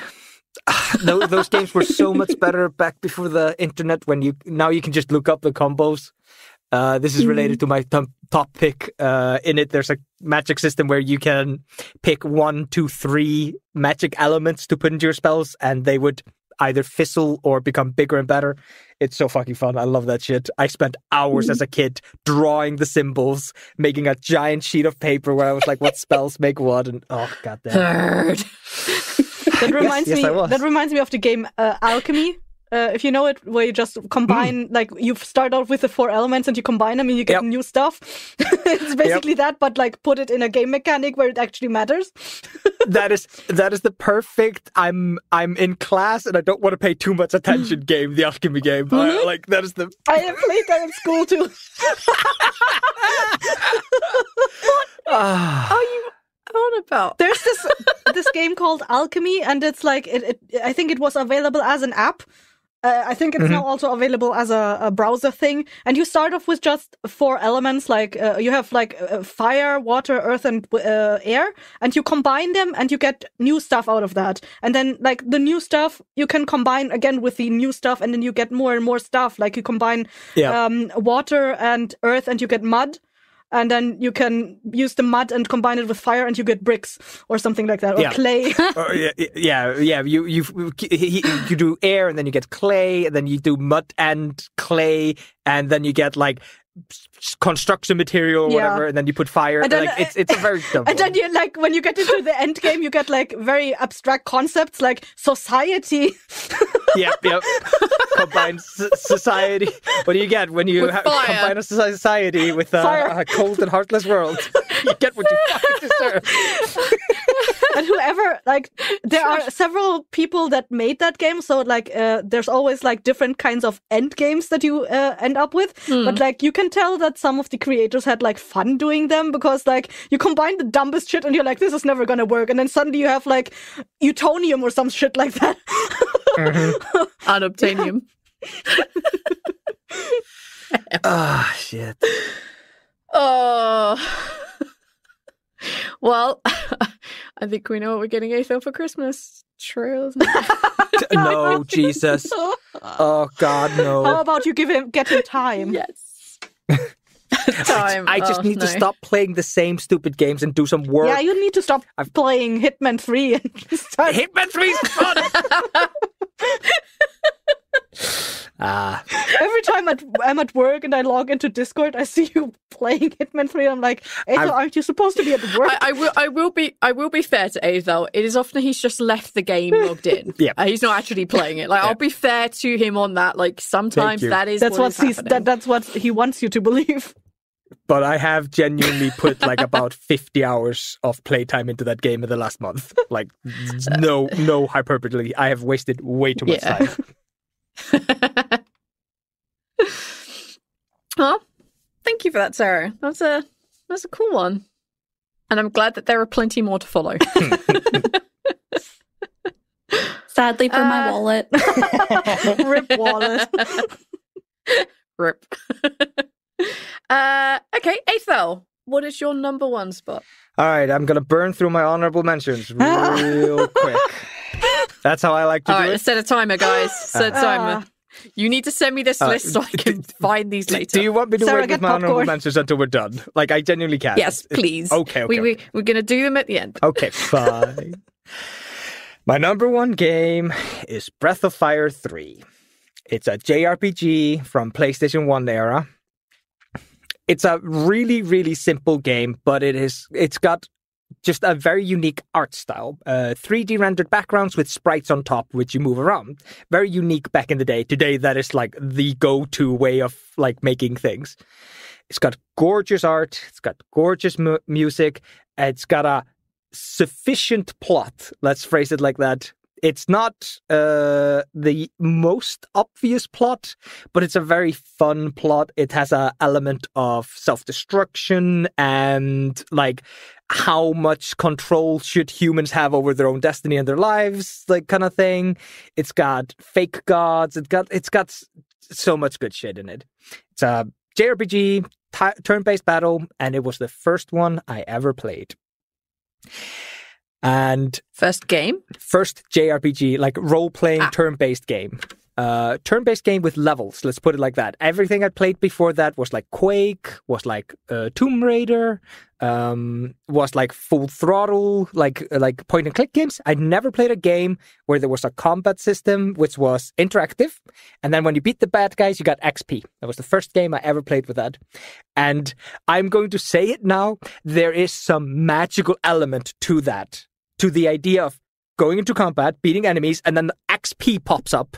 And then you see your XP bar go lower as the XP you used just lowers it. And then it pops up, level up. And then you get a stat screen of all the things that just got better.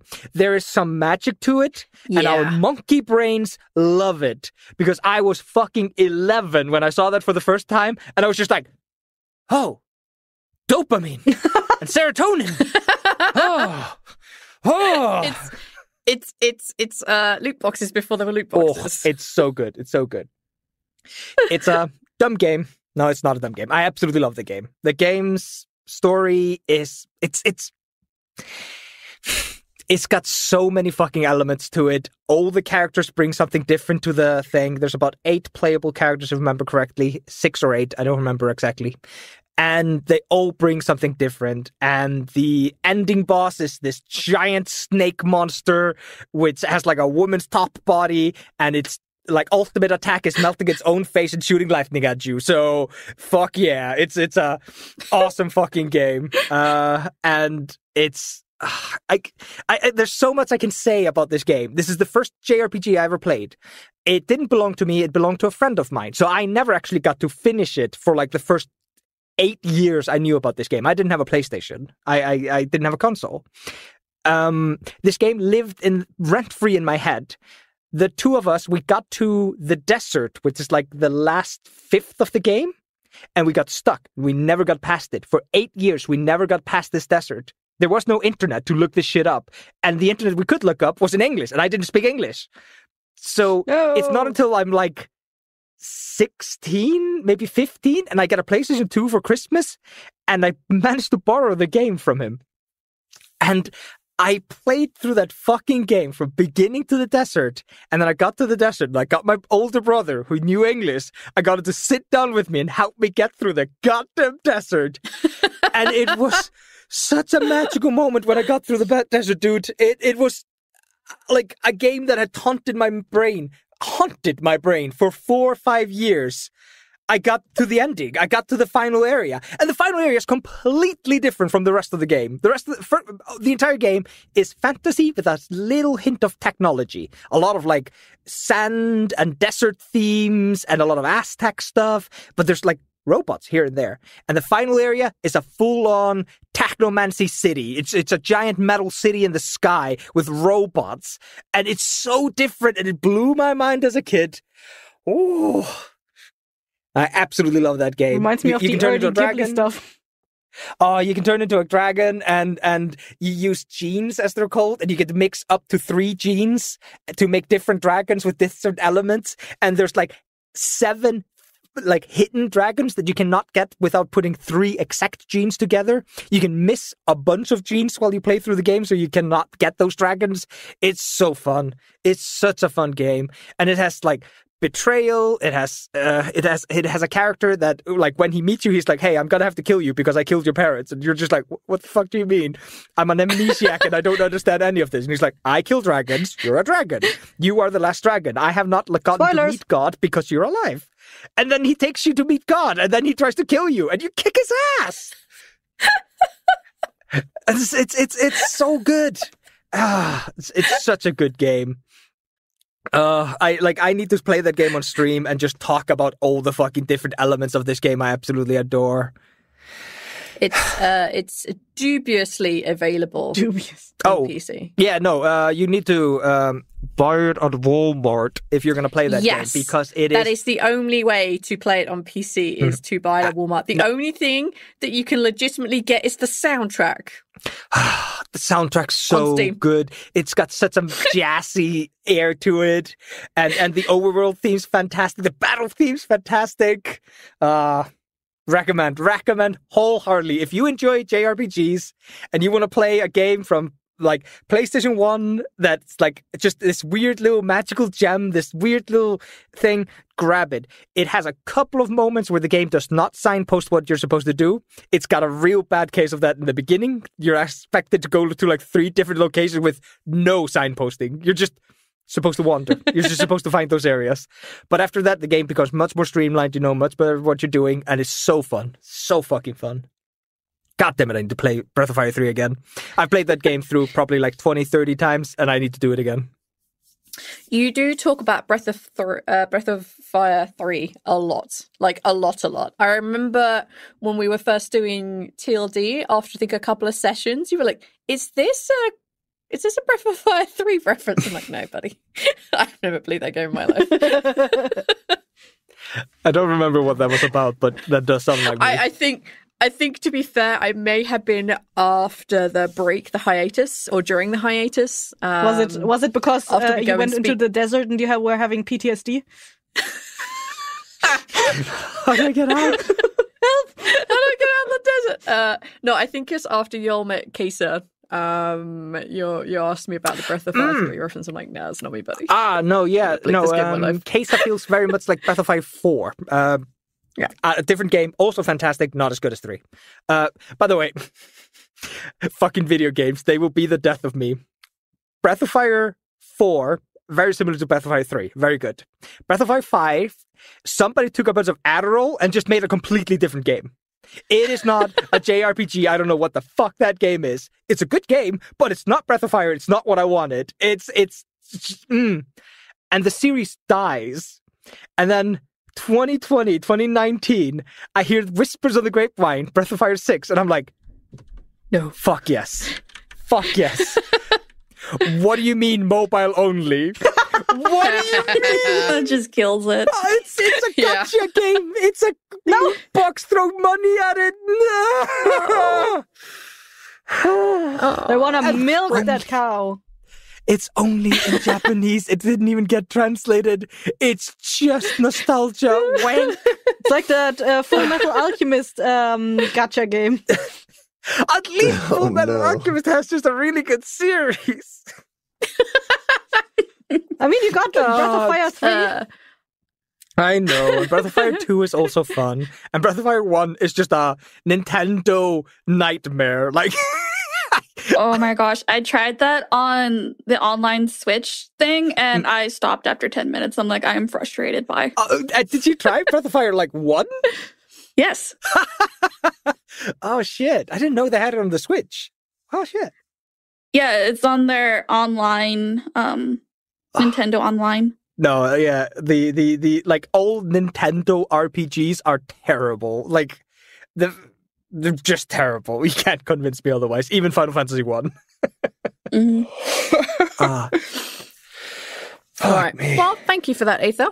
That was probably my most I will not be putting a link to the mobile games that we mentioned. I'm just going to put that out there. I can't do it. Not. I can't make myself do it. So, taking the pin out of the Apocalypse talk and taking the pin out of the mocking of New Vegas, I can't deny it. I love Fallout 3 and Fallout 4 is okay. New Vegas is, I'll play it. It's in the same setting. I need to make you play it. I love apocalypse games. I love the apocalypse setting. I love desert apocalypses. I know this is boring and people hate it, but I fucking love it. It's desolate and it's far between, and I love Fallout 3 because I have played that game for so many hours and I kept discovering new things, and I like the fact that when I have a day when I can't or I just can't be asked to do proper FPS, I can just batch that shit and have an easy day and still enjoy the game. But when I want to actually play it properly, I can still use scopes on rifles and it makes me feel happy. I love the characters in there. I love the world building that there is in 3. You can talk about 1 and 2, but I just didn't really get on with them. I guess I'm just... They're just a different type of game. It's very different. But yeah, I love 3. I love a lot of it. Moira may annoy the shit out of me, but she's still funny and interesting. I love how Three Dog interacts with you and the radio station changes. Again, combat, I just enjoy the fact that I have a choice. Like, if I want to be able to do the shooty thing that day, I can, and if I find it's just not a thing for me that day, I can use VATS, and that's also okay. I love the ghouls. I love the fact that there are like ghouls that you can talk to, and I love that concept. I love the concept of the FEV. I'm not a huge fan of Let's Go Find Dad, like fuck that. But other than that, other than the driving motivation of the plot, I love this game. You don't want to go find Liam Neeson? I do. There is that caveat. That's pretty good. Yes. And I remember getting stuck so frequently and so often in that game, and then taking a bit of time and coming back to it, and taking a bit of time and coming back to it, and finding new and different ways of getting through it. I remember one of the very first times I played it on the Xbox 360, and the ghouls, you have to go find Three Dog, and you have to go into the subsystem, because I was never smart enough to find a way around it. I remember the ghouls scaring the absolute bejesus out of me, because I hadn't really discovered the radio at that point. It just wasn't playing, because I didn't have it. And I remember being scared the bejesus out of them, and it was a lot of fun when I finally like, nope, this is a video game, woman, just play the goddamn thing. And I did, and I pushed through it. And I enjoy it. I still play it now, and I still find a bunch of new things. I recently found Hubris Comics headquarter in 3, and playing the little like text-based game for oh my god, the Barbarian. It's just really good. I think it's a lot of fun. 4 is definitely different. Mechanically better is the way you mechanic. Yes, but it's not Fallout 3. No. I would honestly just keep playing Fallout 3. I think I've played all of the expansions for those two, the DLCs, and I enjoy most of them. I just don't like being locked in, but otherwise it's pretty good. Yeah, I would keep playing Fallout 3 if they just released new songs on the radio. Because once I found Three Dog radio station, that was it, baby. Galaxy News all the fucking way. Do they actually update that Release still? new songs? I'll keep playing. No. If you play it on Steam, you can do the add-ons to add extra music into the radio station. But at the time, I was just playing it mostly on console. Earlier in this episode, I always turned down everything and just played my own music. Yeah, and the reason I wanted to put a pin in that. You're saying that in front of an audio engineer. I know, and I'm so sorry.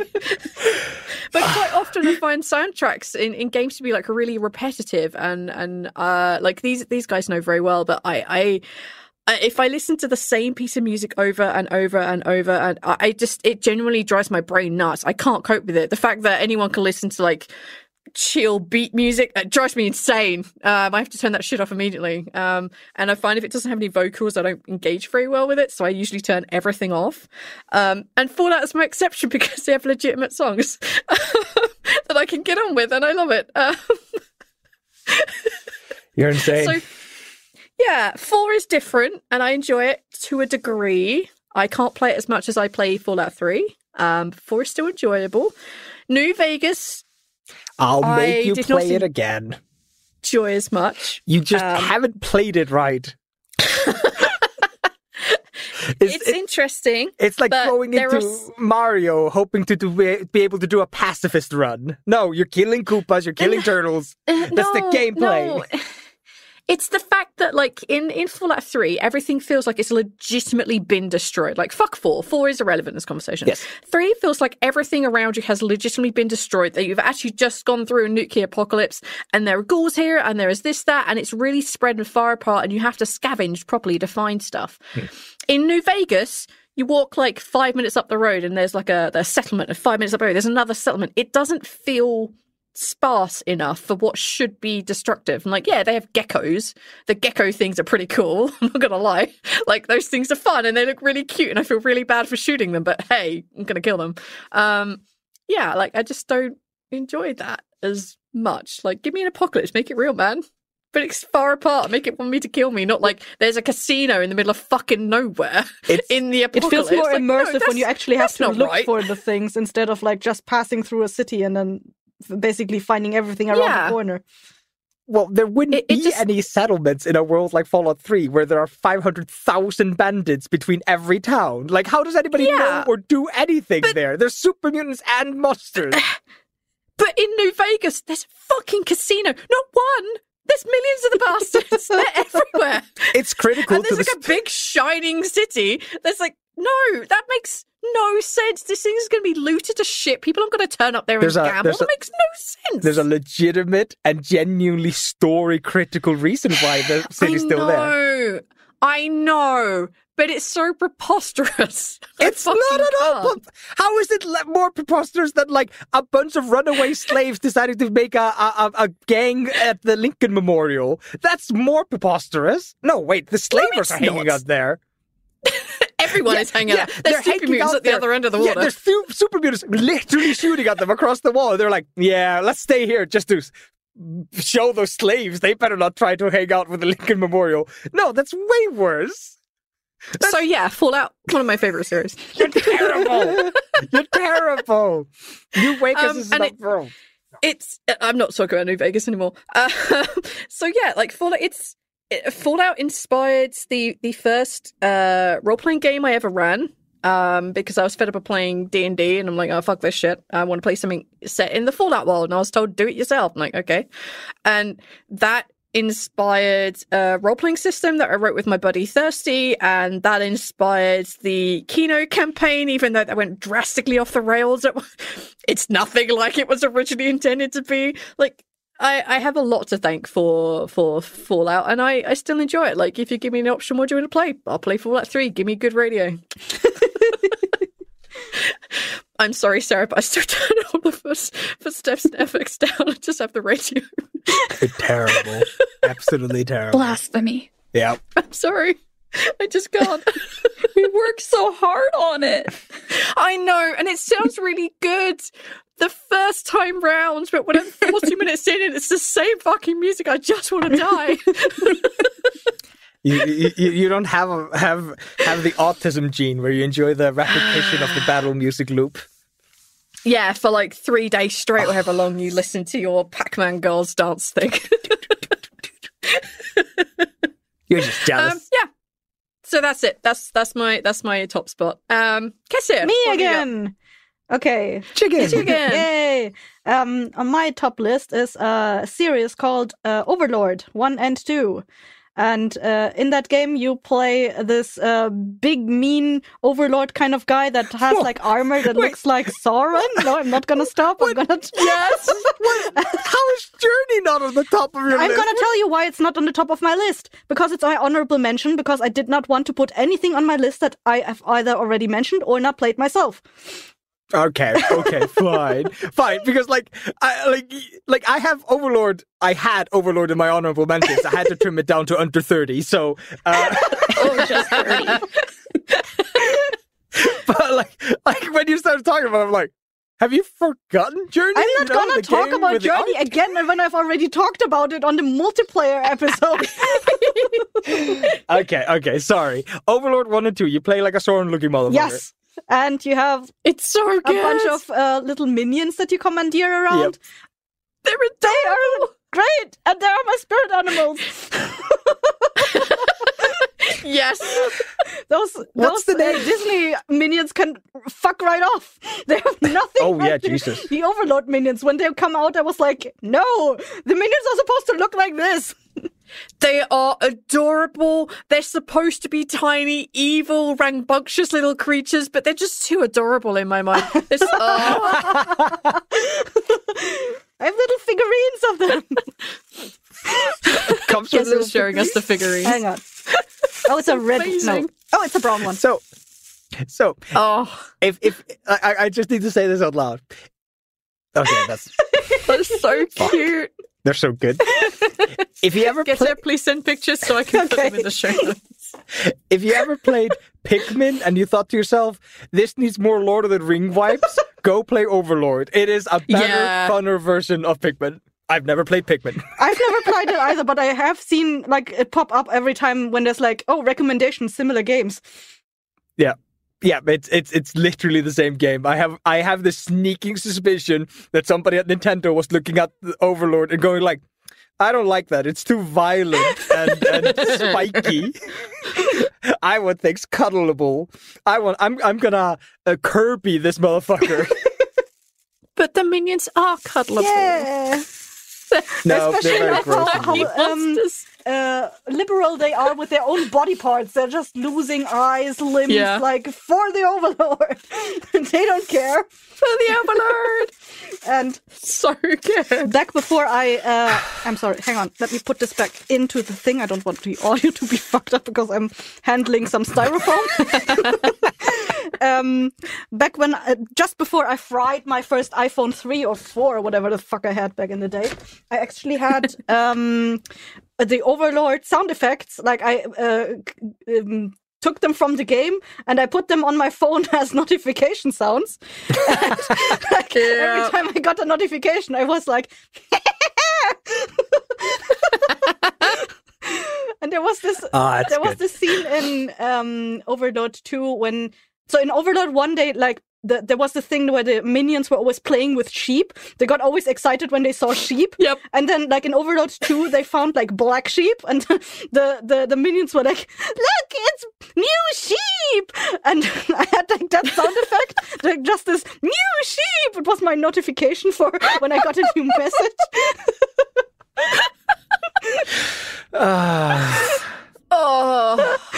Oh, that is a good and deep pull. That is, I love that series a lot. I actually have to admit I did not personally play through it entirely because I have very bad like hand-to-eye coordination, and like the way you split up the minions and then station them in places to actually get to stuff, like it was very difficult for me to do, especially now that I cannot use the mouse anymore.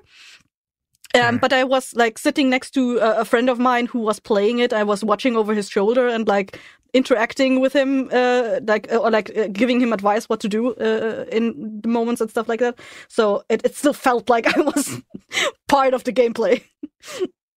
And the intro music is so good. I also think, is it the trailer and like the intro cutscene are just. Fuck me. And the narrator voice. Then again, I had the German version, so I. Yeah. Lucky bastard. It's also on sale for like $1.75. I've heard that the PC version, there's like a couple of like quick fixes you can find on websites that will like. Apparently, the game's unplayable without them. Something about with the controller, like when you try to play it with controller on PC, there's some kind of input problem that you can clean up with a off Steam fix. So check that out if you're gonna play it. But yes, do play it. I played it back in the day. It's quite fun. I just remember my ex was giving me flack because he was a trophy collector on his PlayStation. Like he wanted every game to be on platin. And I started playing Overlord 2 on the PlayStation back in the day, and I could not finish it because some of the trophies were like for the multiplayer thing. And they took it down, like the entire server back then. So it's you cannot platinate that game anymore. And he gave me. Did that annoy him? Yeah, it annoyed him so badly. Like, what the fuck am I supposed to do? Let me just call up Mr. Overlord and ask him to turn on the servers while I grind. Please, sir.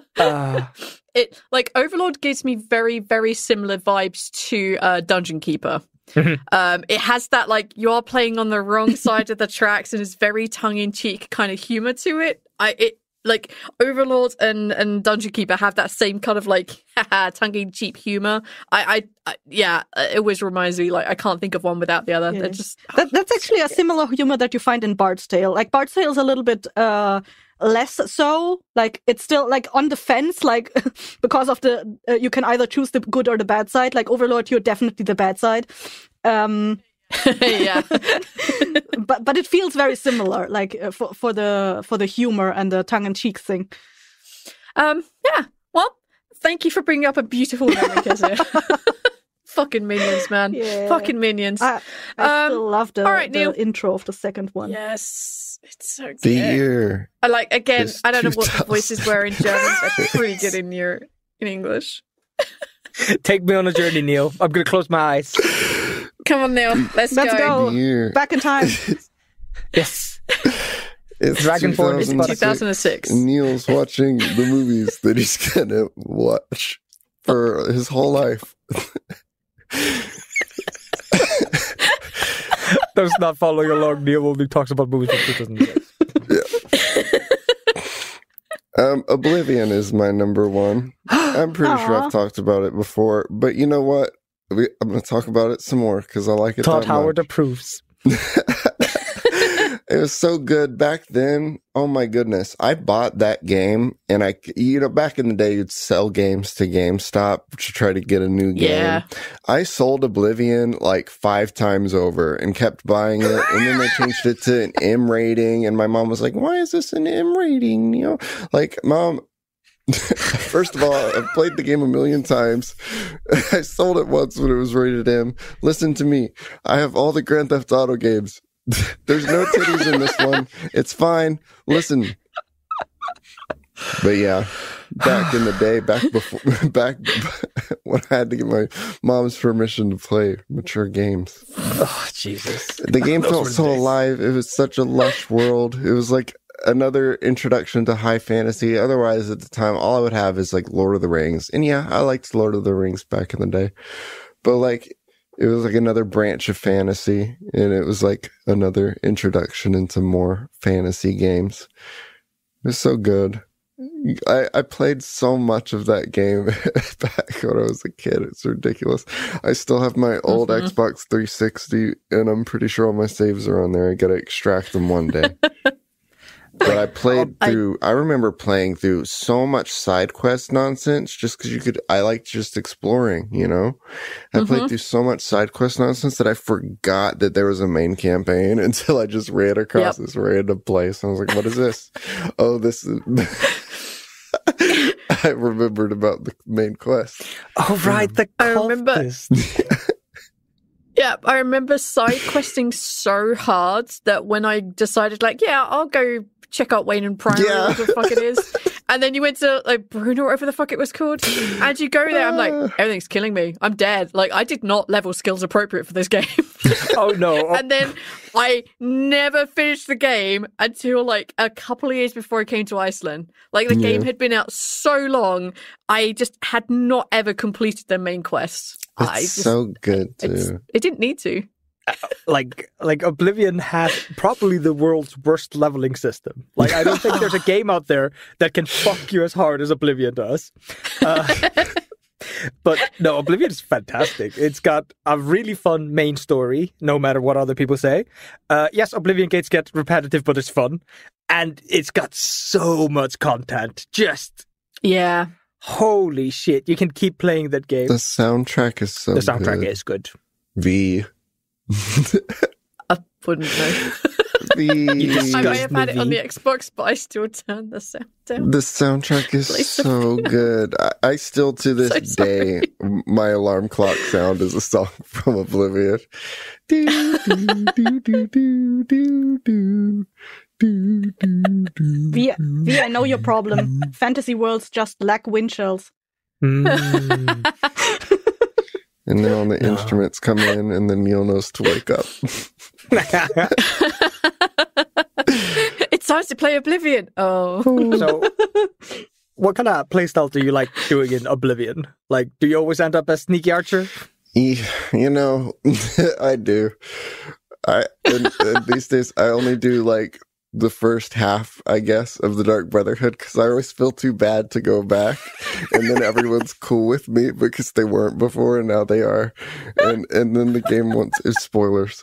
The game wants you to kill them all, and I always feel so bad. I can't do it. I'm like, and then they're gonna just have me do Dropbox quests, and I hate that. It's so impersonal. I just want to have friends. I'll just not finish the Dark Brotherhood on this run. I'm going to let you know, Neil, in 3 years' time, you don't have to say spoilers for a game that's 20 know. years old.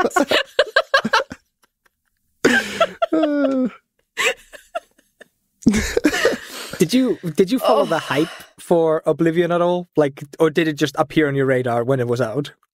No, I think I mentioned before that at the time I had GameFly, so I was able to just like mail trade like rentals and just keep games for as long as I needed. And that's how I got like a bunch of game completion stuff. And like I had a really high gamer score, even though I wasn't ever trying to get all the achievements. I just had so many different games. But your EP was like huge. Yeah. Basically. So I had a lot of things on my radar at the time.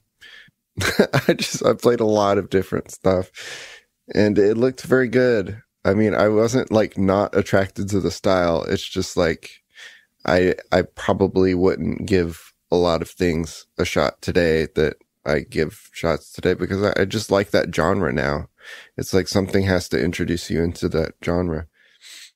Yeah, the kind of open world explore quest with like equipment and bullshit. Like it's a different world once you get into it. I remember all my friends before Skyrim came out, they were judging me for playing Oblivion. They was like, "That's so lame. You played Gears of War," and I was like, "Gears of War is great, but look, Oblivion is so amazing. You're missing out."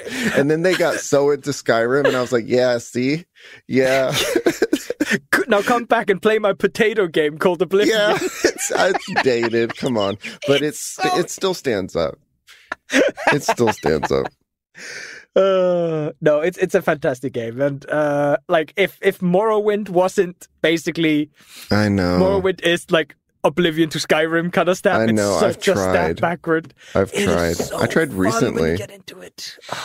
Because Daggerfall has like a Unity version, and I went and tried to play Daggerfall, and I was like, okay, that's neat. That's cool. I feel like I'm learning about a history that I missed out on here. Yeah, it's a fun go. But then I tried, and I know you could mod it and make it a lot more modern, but like then I have to work hard. But just like the resolution is so poop. It's so bad. I can't get over it. Game looks like ass, man. I load in and I see that man on the boat and I'm like, all right. Wake up. You were having a nightmare. Peter Lewis, is that you? Nope, his name is Duke. He is your friend on the boat and you never see him again. As much as I enjoyed Oblivion, I think that may have been like one of the first real games I ever really started playing on the Xbox because I didn't have a console of my own until I moved in with my ex's house. But that was like one of the first games, and I always remember just like, yep, and load screen, put my drink down, go downstairs, get a new drink, come back up, and it's loaded in. It's the load times is the thing I truly remember about Oblivion. It was so painful. It was. I don't think I've ever seen this bad of load screen as Dark Souls 2. It was something like 40 to 50 seconds per load screen. On PC, an average PC when the game came out, it was 3. Wow. They did something wrong when that game came out. Wow. Sorry. Jeez. Just talking about load screens.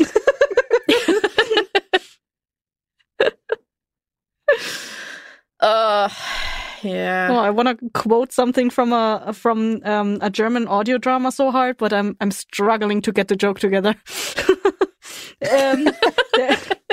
So there was this German audio drama, right? I mentioned it in the not Vanity, the cursing episode. And there was this one character, Medivh, and he had this giant garage that was filled with items that don't actually exist. And he pulled out of that garage a computer that can play Elder Scrolls Oblivion on high maximum quality flawlessly.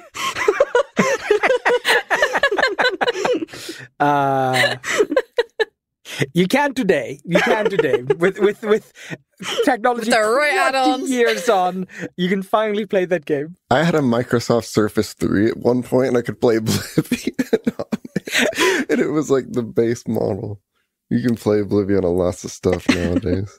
There's a YouTube video where some guy like bumps down the graphic beyond what the in-game, like he goes into the text files and like fucks with it. It is shocking to see just the character models all look so bad. I always played Argonian because the cats looked kind of derpy, and like I'm gonna be honest, when you're learning a RPG for the first time and you're used to like first person shooters and stuff, I was playing like a lot of Star Fox and Conker's Bad Fur Day at the time. Like I was on N64 Classics. stuff, yeah, and so I didn't have many games. I was doing a retro swing. I don't know why. 2000s. I do remember that. But yeah, Oblivion got me back into playing Xbox 360 stuff, I guess. And I forgot where I was going with this. Characters were looking dirty, and you were used lost. to looking at stuff in first person. No, third Something person. about Argonians. Yeah, Argonians.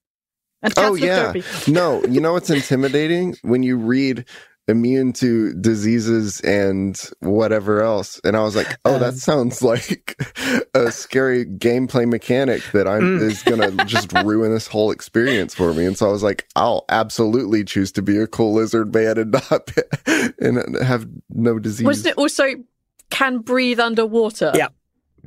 Immune to poison. See?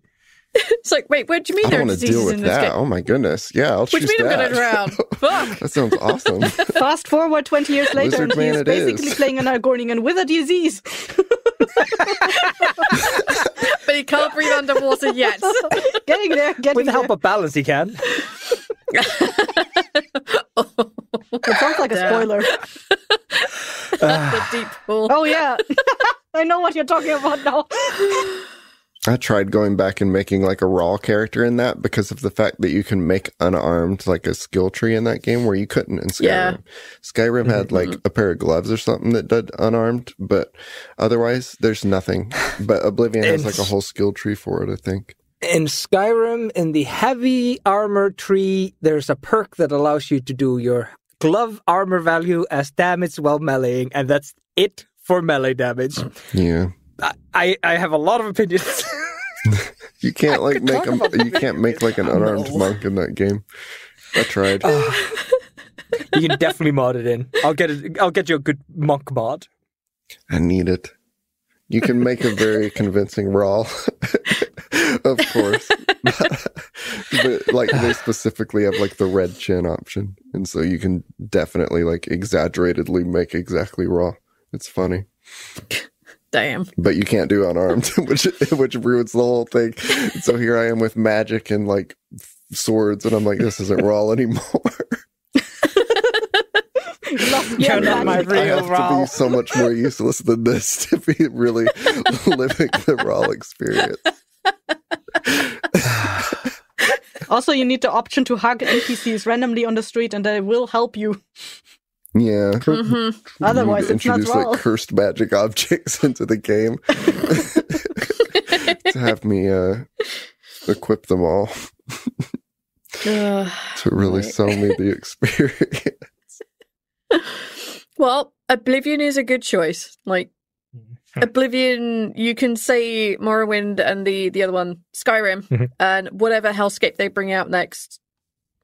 The Pretty online good one. series. I'm not gonna lie. It sucks that Alright. it takes them so long to. That's my favorite series. I'd play one of these a year.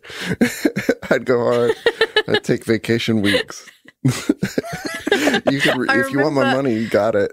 But please stop releasing Skyrim. I remember when Fallout 4 got announced. Like they did like the counting down to the trailer thing, and it happened to come like 2 hours after my lunch period at work. So I spoke to my boss. I'm like, "Hey, can I move my lunch period forward to this point?" He was like, "Yeah, sure. Why do you want to change?" I'm like, "And it sounds really nerdy, but I want to watch this trailer when it comes out." Here's the Fallout 4 trailer. I'm like, "Great!" And as soon as they put the date up, about 10 minutes afterwards, I'd already submitted I want a week off holiday so I could play this. Yeah. And I did. It was great. Yep. They were like, "Why are you taking holiday off and not going anywhere?" I was like, 1, I can't afford it. You don't pay me enough. And 2, I really like this game. I am going. I'm going to Chicago. Back when Halo Boston, right? 3 came out, it was national news that kids were like skipping school to play that. And guess what?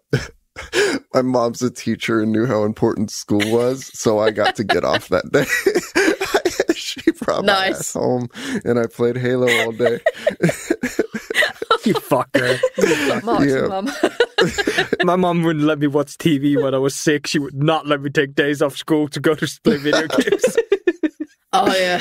My parents wouldn't either. They're like, no, you're sick, you stay in bed. Mm-hmm. Like, if you're well enough to sit up and watch TV like that and be engaged, you're well enough to go to school. Yep. I was like, that's fair. If I Skive, I know what I'm waiting for. So I just read books instead. Like, you ain't gonna stop me. During my day of Skive. Yeah. Oh, good times. All right, Sarah, what have you got as your top spot? All right. So I'll do a little time travel now. Ooh, I'm going to close my eyes. Take me on a journey. Moving away from year 2006. Is 2002. Whoa. Back in time. Breaking the mold. Love it. And there's a chibi Sarah walking down the aisles of a video game rental place. And they did not have the game I wanted. No. So at random, my mother said, well, how about this game? And pointed to Final Fantasy IX. Yes! The best one! I was so afraid you were going to say 8. And it was completely random because they didn't have the game I wanted. Do you remember what the game you wanted was? Rent. Conquer's bad for It was like really stupid. It was Grand Theft Auto 2 because there was a control that made them fart, and as a kid, it's like that's funny.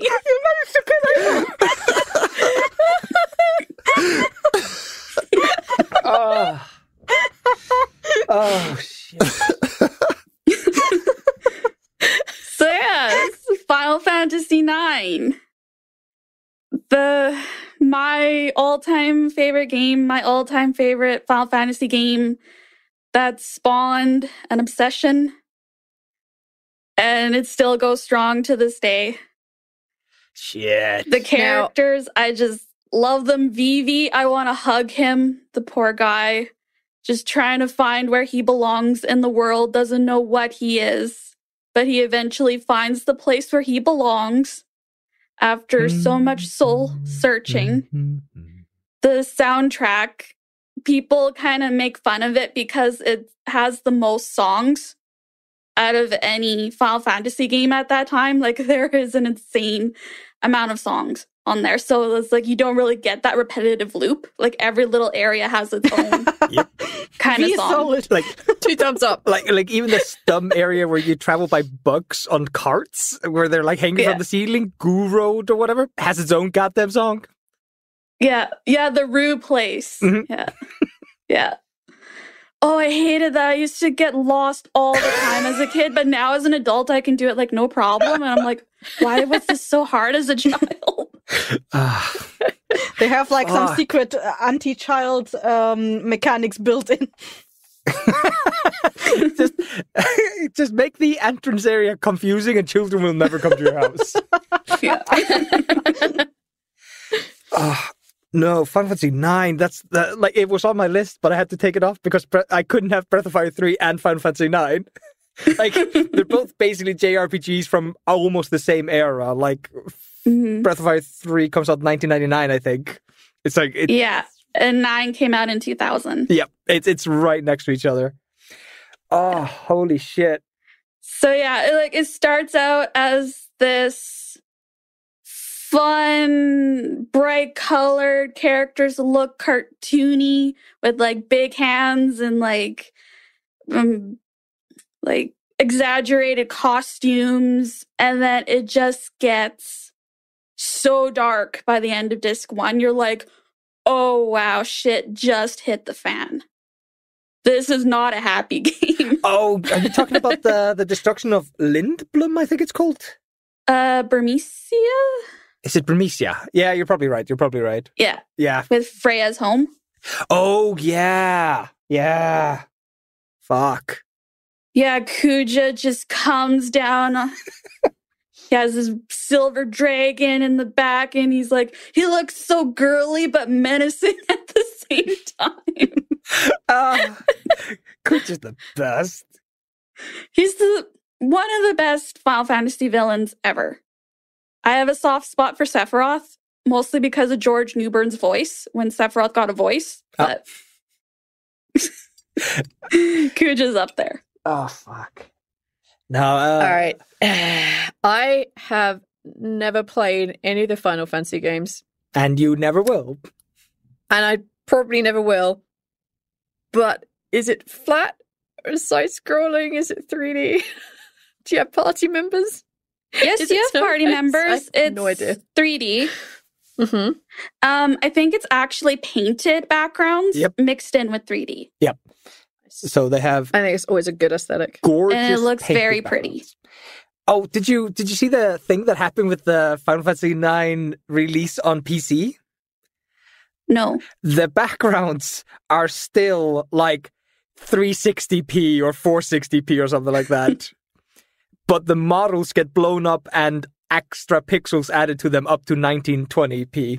So it looks like you're like these shimmering, beautiful polygons running across this like dirty matte painting.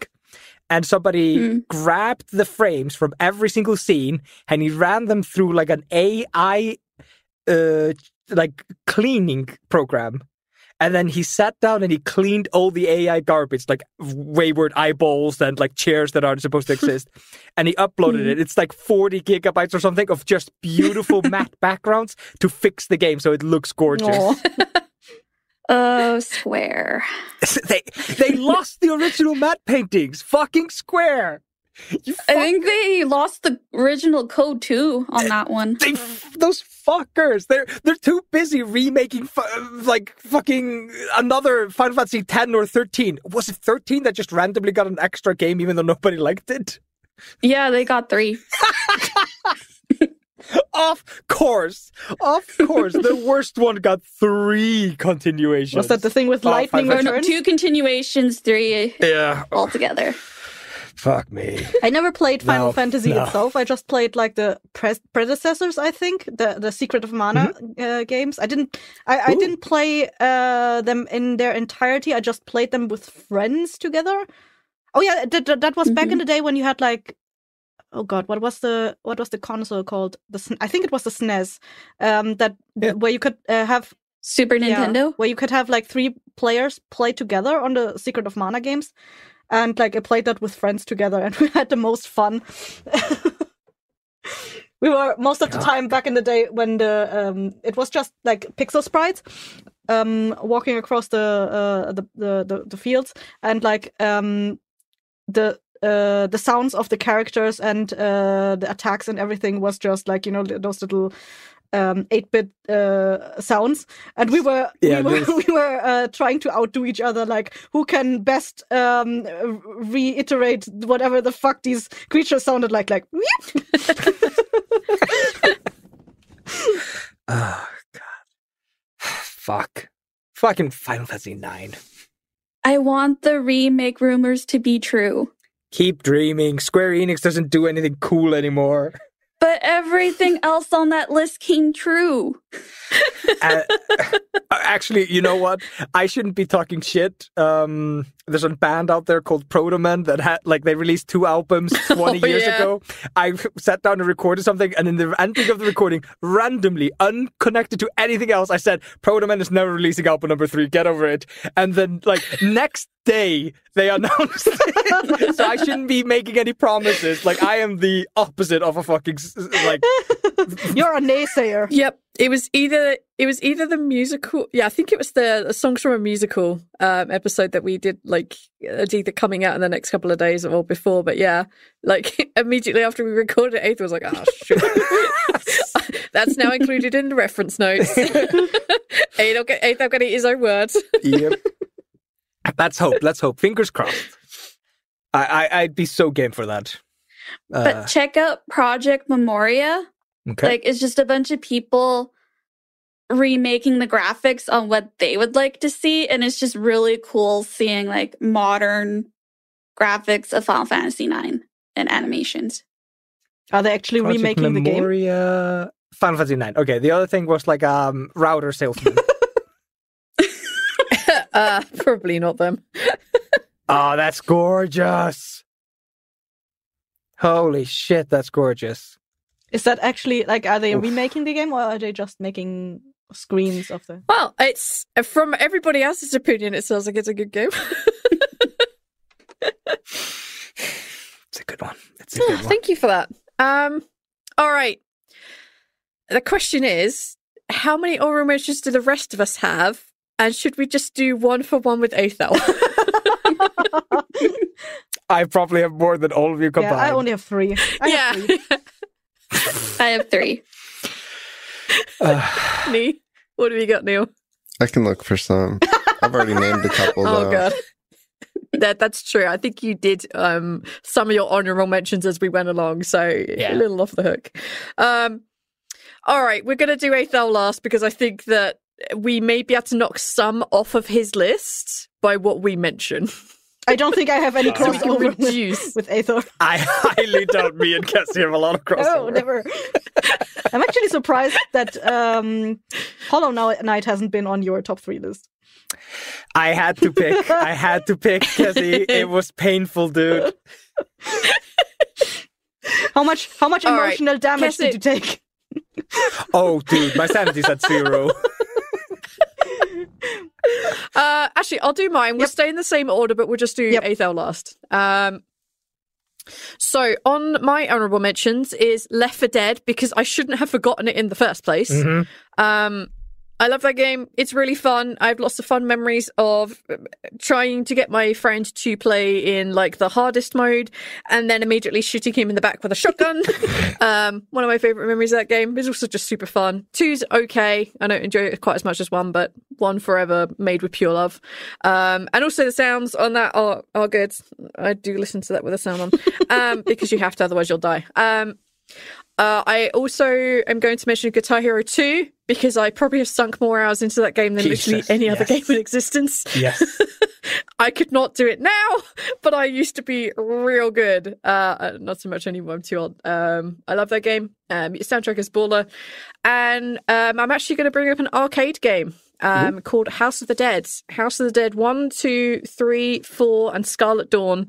1, 2, and 3, 4, if I remember correctly, they all just had pistols, and it was fun. And yes, it cost a lot of money, but I damn well made sure if I was staying in a place and it had one of these arcade games, I got onto the leaderboard somehow, and I did.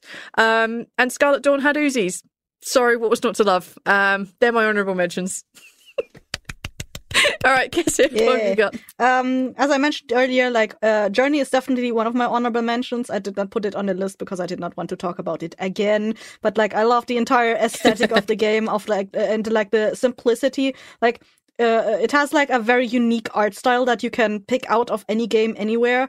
Which I like, basically because of its minimalism approach and the color schemes, and like the music is gorgeous, and like the gameplay is like really emotional and bonding. V and I played it. Check it out on YouTube, maybe. Yeah, I don't know if it's still available. I think it's on Twitch, maybe. Don't they delete stuff after Big like maybe. 6 months or something? I don't remember. 2 weeks, maybe. They deleted after 2 weeks. I think it's 2 weeks now. Yeah, I think it's 2 weeks now. Excuse me? And the 2 other games on my honorable mention. No, actually, I have 4. I just realized I wrote something down while we were talking. I just forgot to mark it.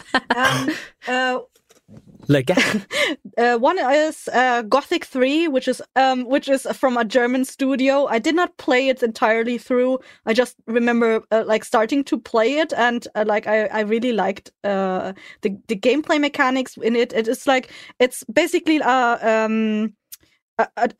version of let's say Oblivion or something like that kind of gameplay. But from a German studio, so like they do not have the blowout budget, so they try to make it a little bit smaller. Mm-hmm. But it starts off with this one guy that interacts mostly with orcs. Like I don't remember exactly what the politics behind it was, but like he's just running around doing quests around orcs, and I don't remember much about it beyond that because I didn't play more of it. But I remember I really liking the gameplay and the way the mechanics worked, and it was a lot of fun. My other two honorable mentions are games I did not play myself, but I watched the playthrough of. One is, of course, Ori and the Blind Forest, which is a very gorgeous game, and like I love the art style. And I recently got gifted Ori and the Will of the Wisps by Kathy. Thank you, Kathy. I have not played it yet, but I will get to it one day.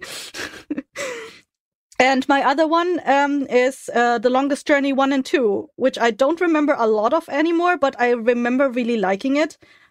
Again, it might be that I don't remember much of it because I did not personally play it. It's I think point-and-click adventure with a lot of puzzling and stuff going on, but it had a very good story, both of them, and I really loved those. But yeah, as I said, I don't remember much of them. I have intended to play them again someday when I have a lot of time, but The Longest Journey is, as the name says, long. Yes. Just like go get a guide when you're gonna play it, because you will get stuck a lot. I tried to play through it like 5 years ago or something like that. I gave up. I was just like, no, I'm getting stuck too much. It's getting frustrated. There are hint websites out there for people that really do enjoy it, though. I remember like watching the playthrough, and I think it was like 90 hours, and the guy that played it didn't actually... They didn't make mistakes or anything, or if they did, they edited it out. They really went through the story point by point, and it was a really long playthrough. Longest Journey. All right. Neil, did you manage to Google something? Not really. I have a weakness for... I've downloaded... Someone made me download Fortnite recently, and I'm doing like the no build mode on that. And I've realized that I just prefer the looting extraction games. Like I guess like Tarkov and what are more of those? Tarkov's so sweaty though. You see, that's the thing. Those games tend to get real competitive, and I don't really like that.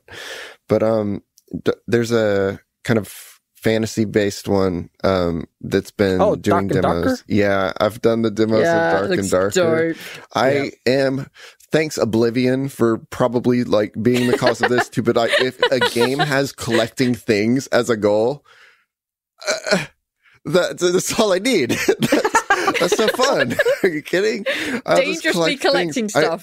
There's a game called Marauders also. I have trouble playing that one because I just get so much stuff, and I don't want to use the weapons because there's a risk of going in and losing them because I do a bad job. Yep. And so I end up with all these good weapons that I never use.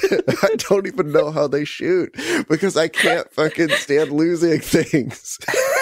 So I just go in with the shit bare minimum every game and hope I luck out into something big that I'm not ever going to use. But it's the collecting. I love collecting things. If a game has collecting things, I'm in. That reminds me of the time when we tried playing the Skyrim thing, the play together thing, and I played with Neil for like an hour or something, and like we could not get out of one area because I was always like collecting all the weapons, and I was like, I can't walk. I'm overloaded. Yeah. I forgot to mention Fable. It is the overloaded thing. What reminded me of that was you're overloaded. You don't have enough room. You're over whatever it is. It is in Fable 1 where you have the Guildmaster who keeps saying you're low on mana. Like every goddamn time they make a reference to it in 2. When they talk about the fact that the old Fable place or the old Heroes College, whatever it is, was like burned down, and that they found a corpse with the phrase "your low on mana" carved into his forehead. Funniest joke in 2. Don't bother playing it. Get to that point. Stop playing. Yeah, sorry. Sarah, what's on your honorable mention list? Ease. For the longest time, I thought they were called Use.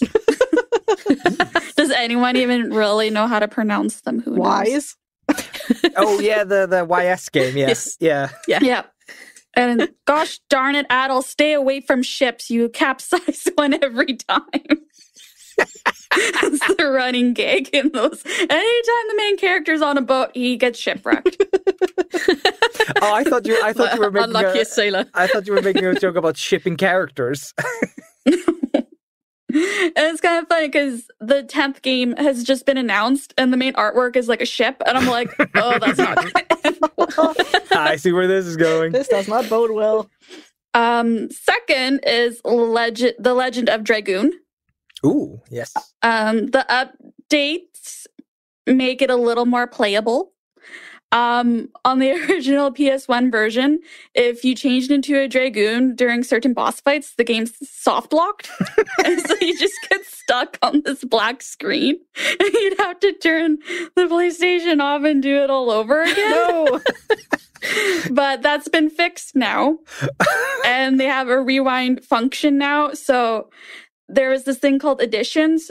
And so if you didn't line up the button exactly, your attack was so weak and you would just die because it'd be like 5 hit points instead of like 200. So now if you mess that up, you can just rewind and do it over again until you get it. You mean cheat?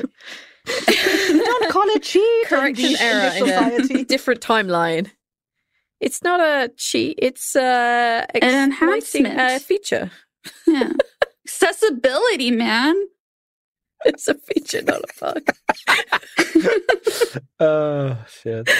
But yes, great story, though. I really love it. It was one of the first games that had voice acting. Terrible voice acting, but it was just so cool to see that as a kid. It's called budget voice acting. Going from like completely mute games to, oh my gosh, they're talking. Oh, God. But it was terrible quality. And then the last one is Digimon Story Cyber Sleuth. Digimon! I love Digimon, okay? Wait, Cyber Sleuth? I watched like somebody play that for like a couple of hours. Jesus. Was that the one you gifted me? And so it's like, there's these monsters, they're not even Digimon, they're like tentacle monsters, and it looks really pervy, actually. That they like put people into comas when you're like in a digital cyberspace, because it's like all social media is in this cyber world in that game. But these eaters, they call them eaters, so that doesn't help things either. The tentacles. Oh no. So they're putting people into comas. They're like eating their digital data, and then they just go catatonic in the real world. Because people can't live without their social media. Like, I'd rather be dead than not have my social media presence. So you spend the whole game solving that mystery.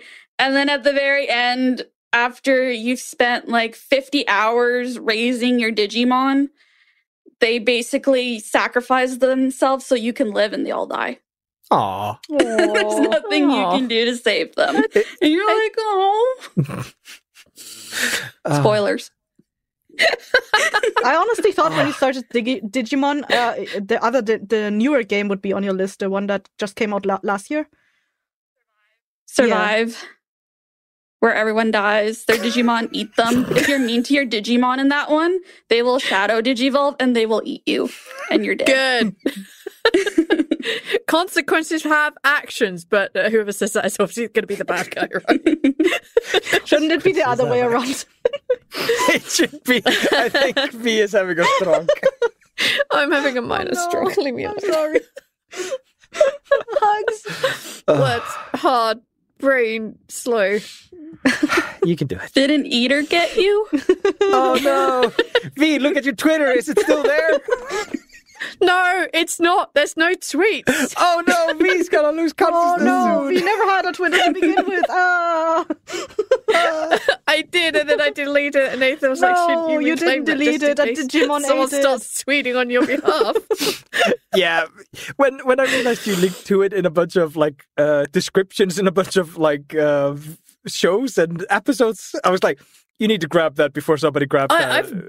I've gone back and removed all of that shit from our timelines, and that's, I think mostly I always directed people to the TLD one, but when I was like, you should probably do that in case someone starts to mimic you, I'm like, okay, fine. So now it's there, but it's dead. Yes, that's how it should be, parked.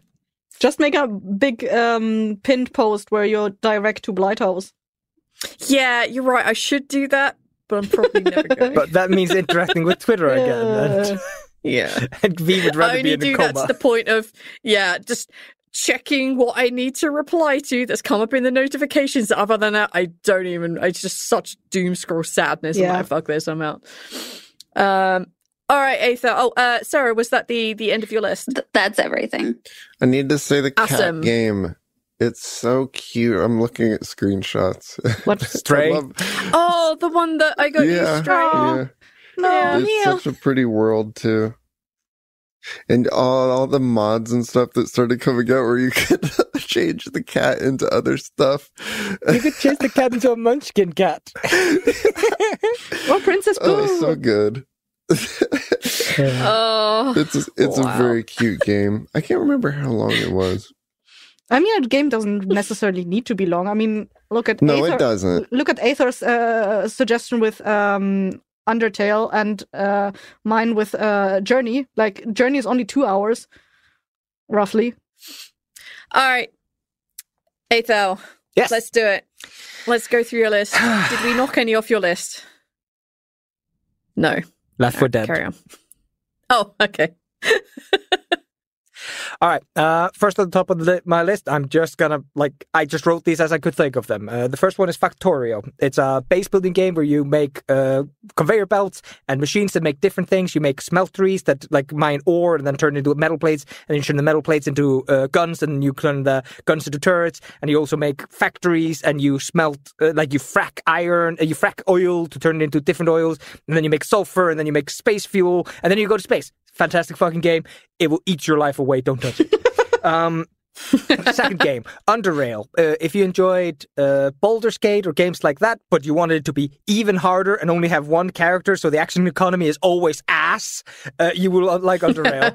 Underrail's super fucking difficult. It's got that 2.5D top-down view. It's really weird, but it's so fucking fun. And the world is really, really fun. It's post-apocalyptic, and humanity created a new society. And then that society had its own second apocalypse. So you're now living in the remnants of a remnant of humanity. And it's so fucking dark, and it's so fucking twisted. I love it. Absolutely fantastic. Next one, Final Fantasy IX. Thank you, Sarah. I love that I actually got to talk about it a little bit. Woo! Next one, Half-Life 2. It is a pinnacle of video gaming. It saved video games from the Halo curse that was going through regenerative shields and all. Thank you, Half-Life 2. Moving on. Dark Souls. Played that game way too much. Absolutely love it. It changed what I thought of difficult games and what I thought of how to play games. It really, really brought me back to kind of third-person hack and slash with some depth to it. Love it.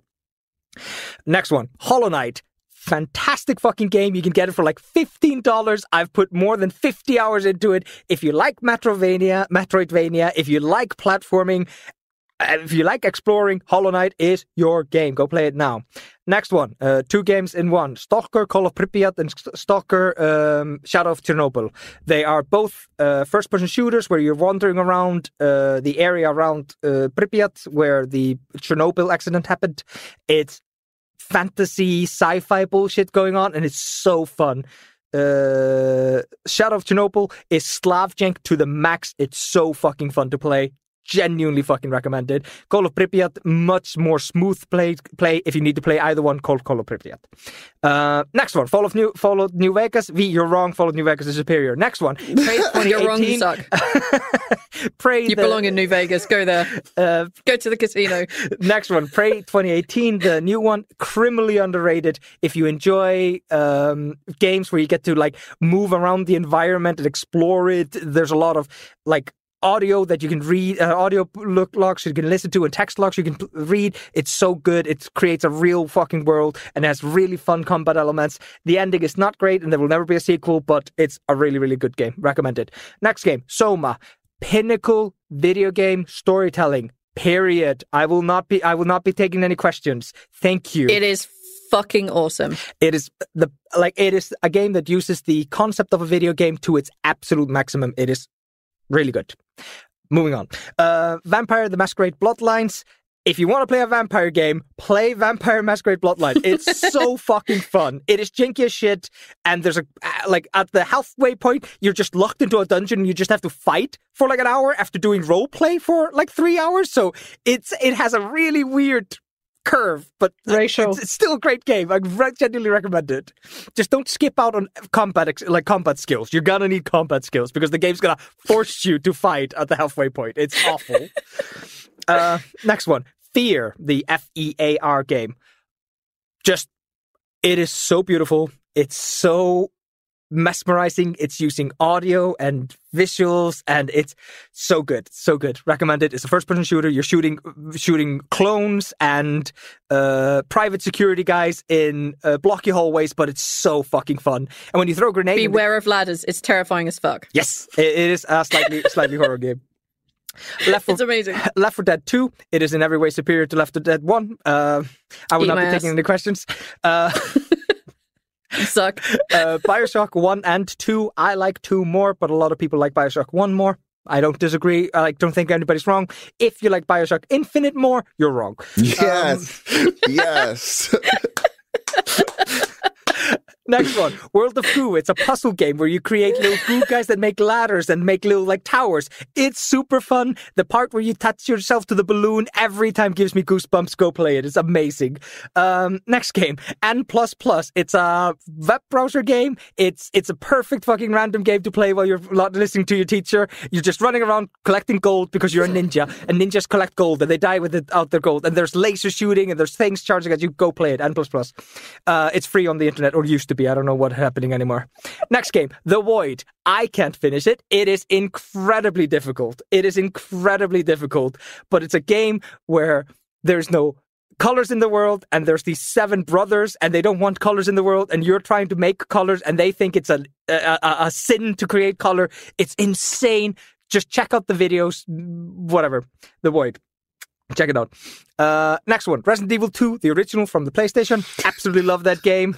Hold Your Fire, I'm a Human. I can still quote that game today. It's fantastic. Go play it. Gunpoint, terrible stories, fantastic gameplay, so fucking fun, and some of the funniest achievements you will find in your life. Bastion, terrible gameplay, fantastic audio, just the best soundtrack. It's amazing. So go listen to Bastion. Just go listen to the soundtrack. It's better than the game. People are wrong. The Beginner's Guide. That is the first game that made me believe that walking simulators could be art. It is amazing. Absolutely adore it. It struck a chord in my heart, and I love it with my heart. The Binding of Isaac. I don't know why I love that game. I've played it so fucking much. XCOM 1993. I love that game. I safe-scuffed my way through that game, but the new XCOM Fire Access version, XCOM 2, they're way better, but I still have a special place in my heart for XCOM 1993. Yeah. Also, XCOMs, they're good. Yeah. Also, if you're going to play XCOM Fire Access games, playing them with the DLC. Fire Access has this terrible habit of releasing unfinished games and then bringing a bunch of DLCs that fixes them. It's annoying as shit. Next one, Dead Rising 1 from the PlayStation Xbox 360. I literally flunked an entire semester because I played that game so much. Genuinely flunk. Terrible decisions. Hitman Blood Money, out of the Hitman games, I like that one the most, but the new ones are a lot more approachable. Go play them rather. From Tim Schafer, I have to pick a favorite. It would be Full Throttle, but Grim Fandango is a close second. I love Full Throttle. It's a fantastic fucking weird look into 90s. Like, I don't even know. Alien vs. Predator 2. The single player is fun, but the multiplayer is even more fun. Cultist Simulator. You will never play a game that is like Cultist Simulator. You should absolutely go check it out. It is completely unique in the way it approaches being a video game. Go fucking check it out. Dead Space, my favorite fucking horror game, I think. I don't know. Dead Space is great. I'm so mad that genuinely good. I'm so mad that the remake is good because I hate EA for killing Dead Space, but then they made a remake that's good. So I'm left with this horrible wave of like, oh EA, my one of my favorite horror games was remade in a really good way by its murderer. Fuck that. Next one, Darkness on the 360. Love that game. I don't know what it is about that game. I played it like 10 times trying to get different endings, but there's only 2 endings. Condemned Criminal Origins. That's a good one. That's a scary ass game. Good game. That's a scary game. Penumbra, which is the predecessor to Amnesia: The Dark Descent, best horror game I ever played, and then Metro 2033, both that and Afterlight, fantastic horror games with first-person shooting, happens like bullets are ammo, and I am out of oxygen. We did it! We got through the GeoGuessr entire count? air in that sound booth. GeoGuessr is my favorite video Jesus, game. guessers. So I'm going to say this at the end of my tirade. When I said top song, I was told, Aethor, you're an idiot. You can't pick a top song. I have millions of top songs. And then when I was told, Aethor, you have to pick your top game, I felt offended. My bad. I'm sorry. Feel free to cut this, Neil, and put it as a fucking blooper at the end. This is Patreon content. Fuck me. I love needs video that- games. They are the art of It my needs heart. that sound that you put in the TLD episode where you were just, what was it? Salesman pitching something? Or like you had this game show music underneath it, something like that?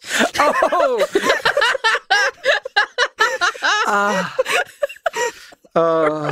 Yeah. There's a bleeper. Fuck me. Thank you for listening to Well. my TED Talk. Thank you for delivering your TED Talk, Aethel. You did very well, thank you. And maybe I might just screenshot our chat. Oh no, have you guys been roasting me? Yeah, a little bit. And we have a new episode title for Top 50s. Thank you, Neil. Is he just rattling off his entire Steam library? There's more than 250 games in there, and that's not like all the games I used to play. Like that's like That's it. Maybe 2% of it. oh god. It's at I least forgot to mention Devil May Cry. ooh yes.